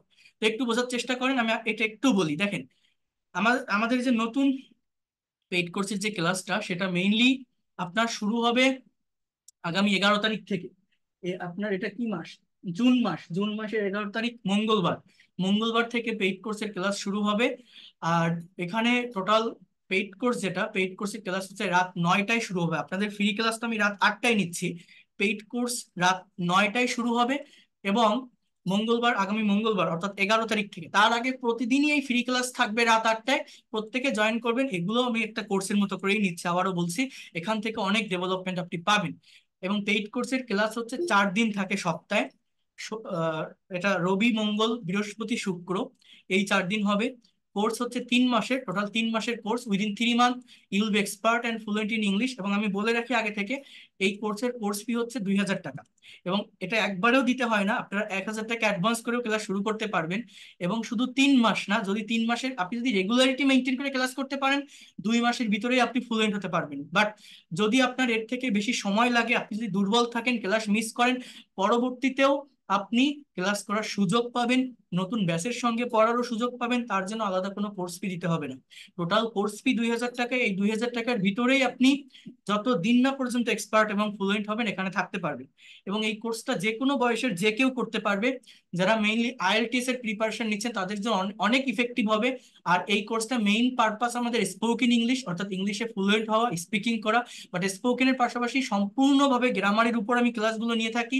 ফ্রি হ্যান্ড রাইটিং এর উপর 12টা মাস্টার্স ক্লাস আছে। যারা BCS, bank job, admission test, বা যারা ইমেইল রাইটিং, সিভি রাইটিং, যারা কম্পোজিশন বা প্যারাগ্রাফ বা আইএলটিএস এর রাইটিং এ যারা ডেভেলপ করতে চান, সেই ক্লাসগুলো আপনাদের জন্য অনেক ইফেক্টিভ হবে। আর এই কোর্সটা মূলত এমন ভাবেই ডিজাইন করা হয়েছে যাতে করে যে কোনো বয়সের যে কেউ করতে পারবেন, যে কোনো জায়গায় আপনি এটাকে অ্যাপ্লাই করতে পারবেন। আপনি স্টুডেন্ট হন, হাউস ওয়াইফ হন, teacher, job holder, officer, freelancer, immigrant, যে কোনো বয়সের যে কেউ আপনার এই কোর্সটা করতে পারবেন। আমরা গ্রামার শিখাই, আমি বেসিক গ্রামার বলেন যা কিছু আছে কম্পালসারি বিষয়গুলো আমি দেখাই। বাট সেগুলোকে কিভাবে প্র্যাকটিক্যালি অ্যাপ্লাই করতে হয় স্পিকিং এ, সেই বিষয়গুলো আমি দেখাই দিই। প্রত্যেকটা ব্যাচে, মানে পেইড কোর্সের যে ব্যাচ, 30 জন করে স্টুডেন্ট থাকে, প্রত্যেকটা ব্যাচ এই রাতে হয়, যাতে করে স্টুডেন্ট, চাকরিজীবী বা অন্য পেশার মানুষেরা সময় বের করে করতে পারে। মূলত আমার এই কোর্সটা যারা বিজি লাইফের মানুষ, বিজি লাইফ লিড করে, তাদের জন্য আমি তৈরি করে থাকি। আমি নিজেও ব্যস্ত থাকি, আমি অফলাইনে। তো এই জন্য রাতের বেলায় আপনার এই ফ্রি টাইমে নতুন ব্যাচ রাত 9টা থেকে 10টা 1 ঘন্টা ক্লাস টাইম থাকবে। আগামী 11 তারিখ থেকে আর কি শুরু হবে। প্রত্যেকটা ক্লাস এইভাবে স্ক্রিন শেয়ার করে নিয়ে থাকি, ওয়ার্ড বা পাওয়ার পয়েন্ট স্লাইডের মাধ্যমে। এবং ক্লাস শেষে আপনারা যারা ফ্রি ক্লাস করছেন, ক্লাস শেষে আমি রেকর্ড পিডিএফ ফাইল দিব। পেইড কোর্সে আসলেও প্রত্যেকটা প্রিমিয়াম ক্লাসের রেকর্ড এবং পিডিএফ ফাইল থাকবে। অর্থাৎ যদি কেউ কোনো ক্লাস মিস করেন, পরবর্তীতে আবার দেখে নিতে পারবেন, এবং এই রেকর্ড ক্লাসগুলো সারা জীবন থাকবে আপনার কাছে। এই কোর্সটা একদম বেসিক থেকে শুরু করব আমি, যারা একদমই দুর্বল তারাও পারবেন। বেসিক থেকে শুরু করে অ্যাডভান্স লেভেলের প্রত্যেকটা টপিক পড়াবো। একজন স্টুডেন্ট শুধু স্পোকেন নয়, যাতে করে সম্পূর্ণ ভাষাটা নিজের আয়ত্তে আনতে পারে, সেভাবেই এই কোর্সের প্ল্যানগুলো সাজানো। এবং এই কোর্সের টোটাল ক্লাস হচ্ছে 70টা। এখানে হিউজ ক্লাস, আপনি নিজেও ইমাজিন করতে পারবেন না। আমার মেইন কোর্স বা মেইন কন্টেন্টের ক্লাস থাকবে 40 থেকে 50টা। আর বাকি ক্লাসগুলো থাকবে প্র্যাকটিসের উপর। কারণ টিচার আমি 100 কেন 1,000 ক্লাস নিলেও কোনো লাভ হবে না, যেটা আমি বারবার বলছি, যদি না আপনি প্র্যাকটিস করেন, আপনার মুখ যদি কথা বের না করেন। একজন টিচার পড়ালো, আপনি শিখলেন, এটা হয় না। আমি মেইনলি আপনাদের দিয়ে কাজ করাবো। কারণ আমার প্রত্যেকটা স্টুডেন্টকে আমি সেভাবে করিয়েই আমি ভালো একটা রেজাল্ট তাদের এনে দিতে পারছি। তো এই জন্য বলছি, এটা প্র্যাকটিক্যাল হইতে শিখতে হয়। এবং এই ক্লাসগুলো আমি কিভাবে নিয়ে থাকি দেখেন। প্রথম ক্লাস থাকবে বেসিক গ্রামারের উপর, যাতে করে আপনার ইংরেজির ভিত্তিটা মজবুত হয়। অর্থাৎ কম্পালসারি কিছু গ্রামাটিক্যাল টপিক আমি দেখিয়ে থাকি, যাতে করে আপনার ক্রিয়েটিভ পাওয়ারটা বাড়ে। অর্থাৎ আমি যদি স্পিকিং করাই, আমি যদি আপনাকে এইভাবে শিখাই যে এইটা প্লাস এইটা প্লাস এইটা এরকম হয়, এই দিয়ে আপনি হাজারো সেন্টেন্স তৈরি করতে পারবেন। এটা করলে কি হয়, আমি যতটুকু পড়াবো অতটুকুর ভিতরে আপনি সীমাবদ্ধ থাকবেন। যখনই নতুন একটা সেন্টেন্স তৈরি করতে যাবেন, আপনি ভালোভাবে করতে পারবেন না, সেটা কনফিউশন ফেস করবেন। এই হচ্ছে মেইন বিষয়। কেউ যদি বেসিক বা কম্পালসারি গ্রামার জানা থাকে, you will be able to speak any kinds of things in English. You will be able to face any kinds of presentation on or viva in English, as well as you will be able to write any kinds of CV, report, dialogue, letter, composition, and essay without confusion. Or undoubtedly, you will be able to do it if you have clear concept about some compulsory grammatical topic. আমি যদি শুধু spoken করা, এই দেখেন এখানে আমার spoken English এখানে দেওয়া আছে যে ইংরেজি শেখার জন্য 120টা rule. Subject plus verb plus adjective বা noun plus as well as plus adjective বা নাউন। যেমন মেয়েটি সুন্দরী সেই সাথে বুদ্ধিমতীও, the girl is beautiful as well as intelligent. এইরকম আমি একটা লিখে দিলাম, বাকিগুলো আপনারা লেখেন। অনেকে কমেন্ট এগুলো লেখে, অনেকে খুব এনজয় করে যে সে একজন ভালো শিক্ষক, ভালো লেখক। He is a good teacher as well as good writer. Raju ফুটবলের সাথে ক্রিকেটও খেলতে পারে। Raju can play football as well as cricket. অনেকে মনে করে আমি কত সুন্দর স্পোকেন ইংলিশ শিখছি, বাট এগুলো শিখে ঘোড়ার ডিম ছাড়া কিছু হয় না। অনেক টিচার দেখবেন এগুলো শেখায়, আমার কাছ থেকে পড়ে আমার স্টুডেন্টরা অন্যদেরকে শেখায় এগুলো নিয়ে, কিন্তু এতে কিছুই হয় না। আপনারা নিজেরা ইমাজিন করে দেখেন, আজকে আমি কতগুলো বিষয় শেখালাম। এই ল্যাঙ্গুয়েজের একদম অরিজিনটা নিয়ে আমি কিভাবে কথা বললাম। আমি যেভাবে বললাম ওইভাবেই শিখে আসতাম। এরকম ছোট ছোট রুল শিখে, স্ট্রাকচার শিখে কখনো ল্যাঙ্গুয়েজ ডেভেলপ করা যায় না। তো যেটা বলছি, প্রথমে 10টা কম্পালসারি গ্রামারের ক্লাস থাকবে, এরপর 30টা ক্লাস থাকবে স্পোকেন ইংলিশের উপর, অর্থাৎ ইংলিশে কথা বলার জন্য যা কিছু দরকার, এই tense, modal, semi modal, what ever you need, আমি আপনাকে শেখাবো।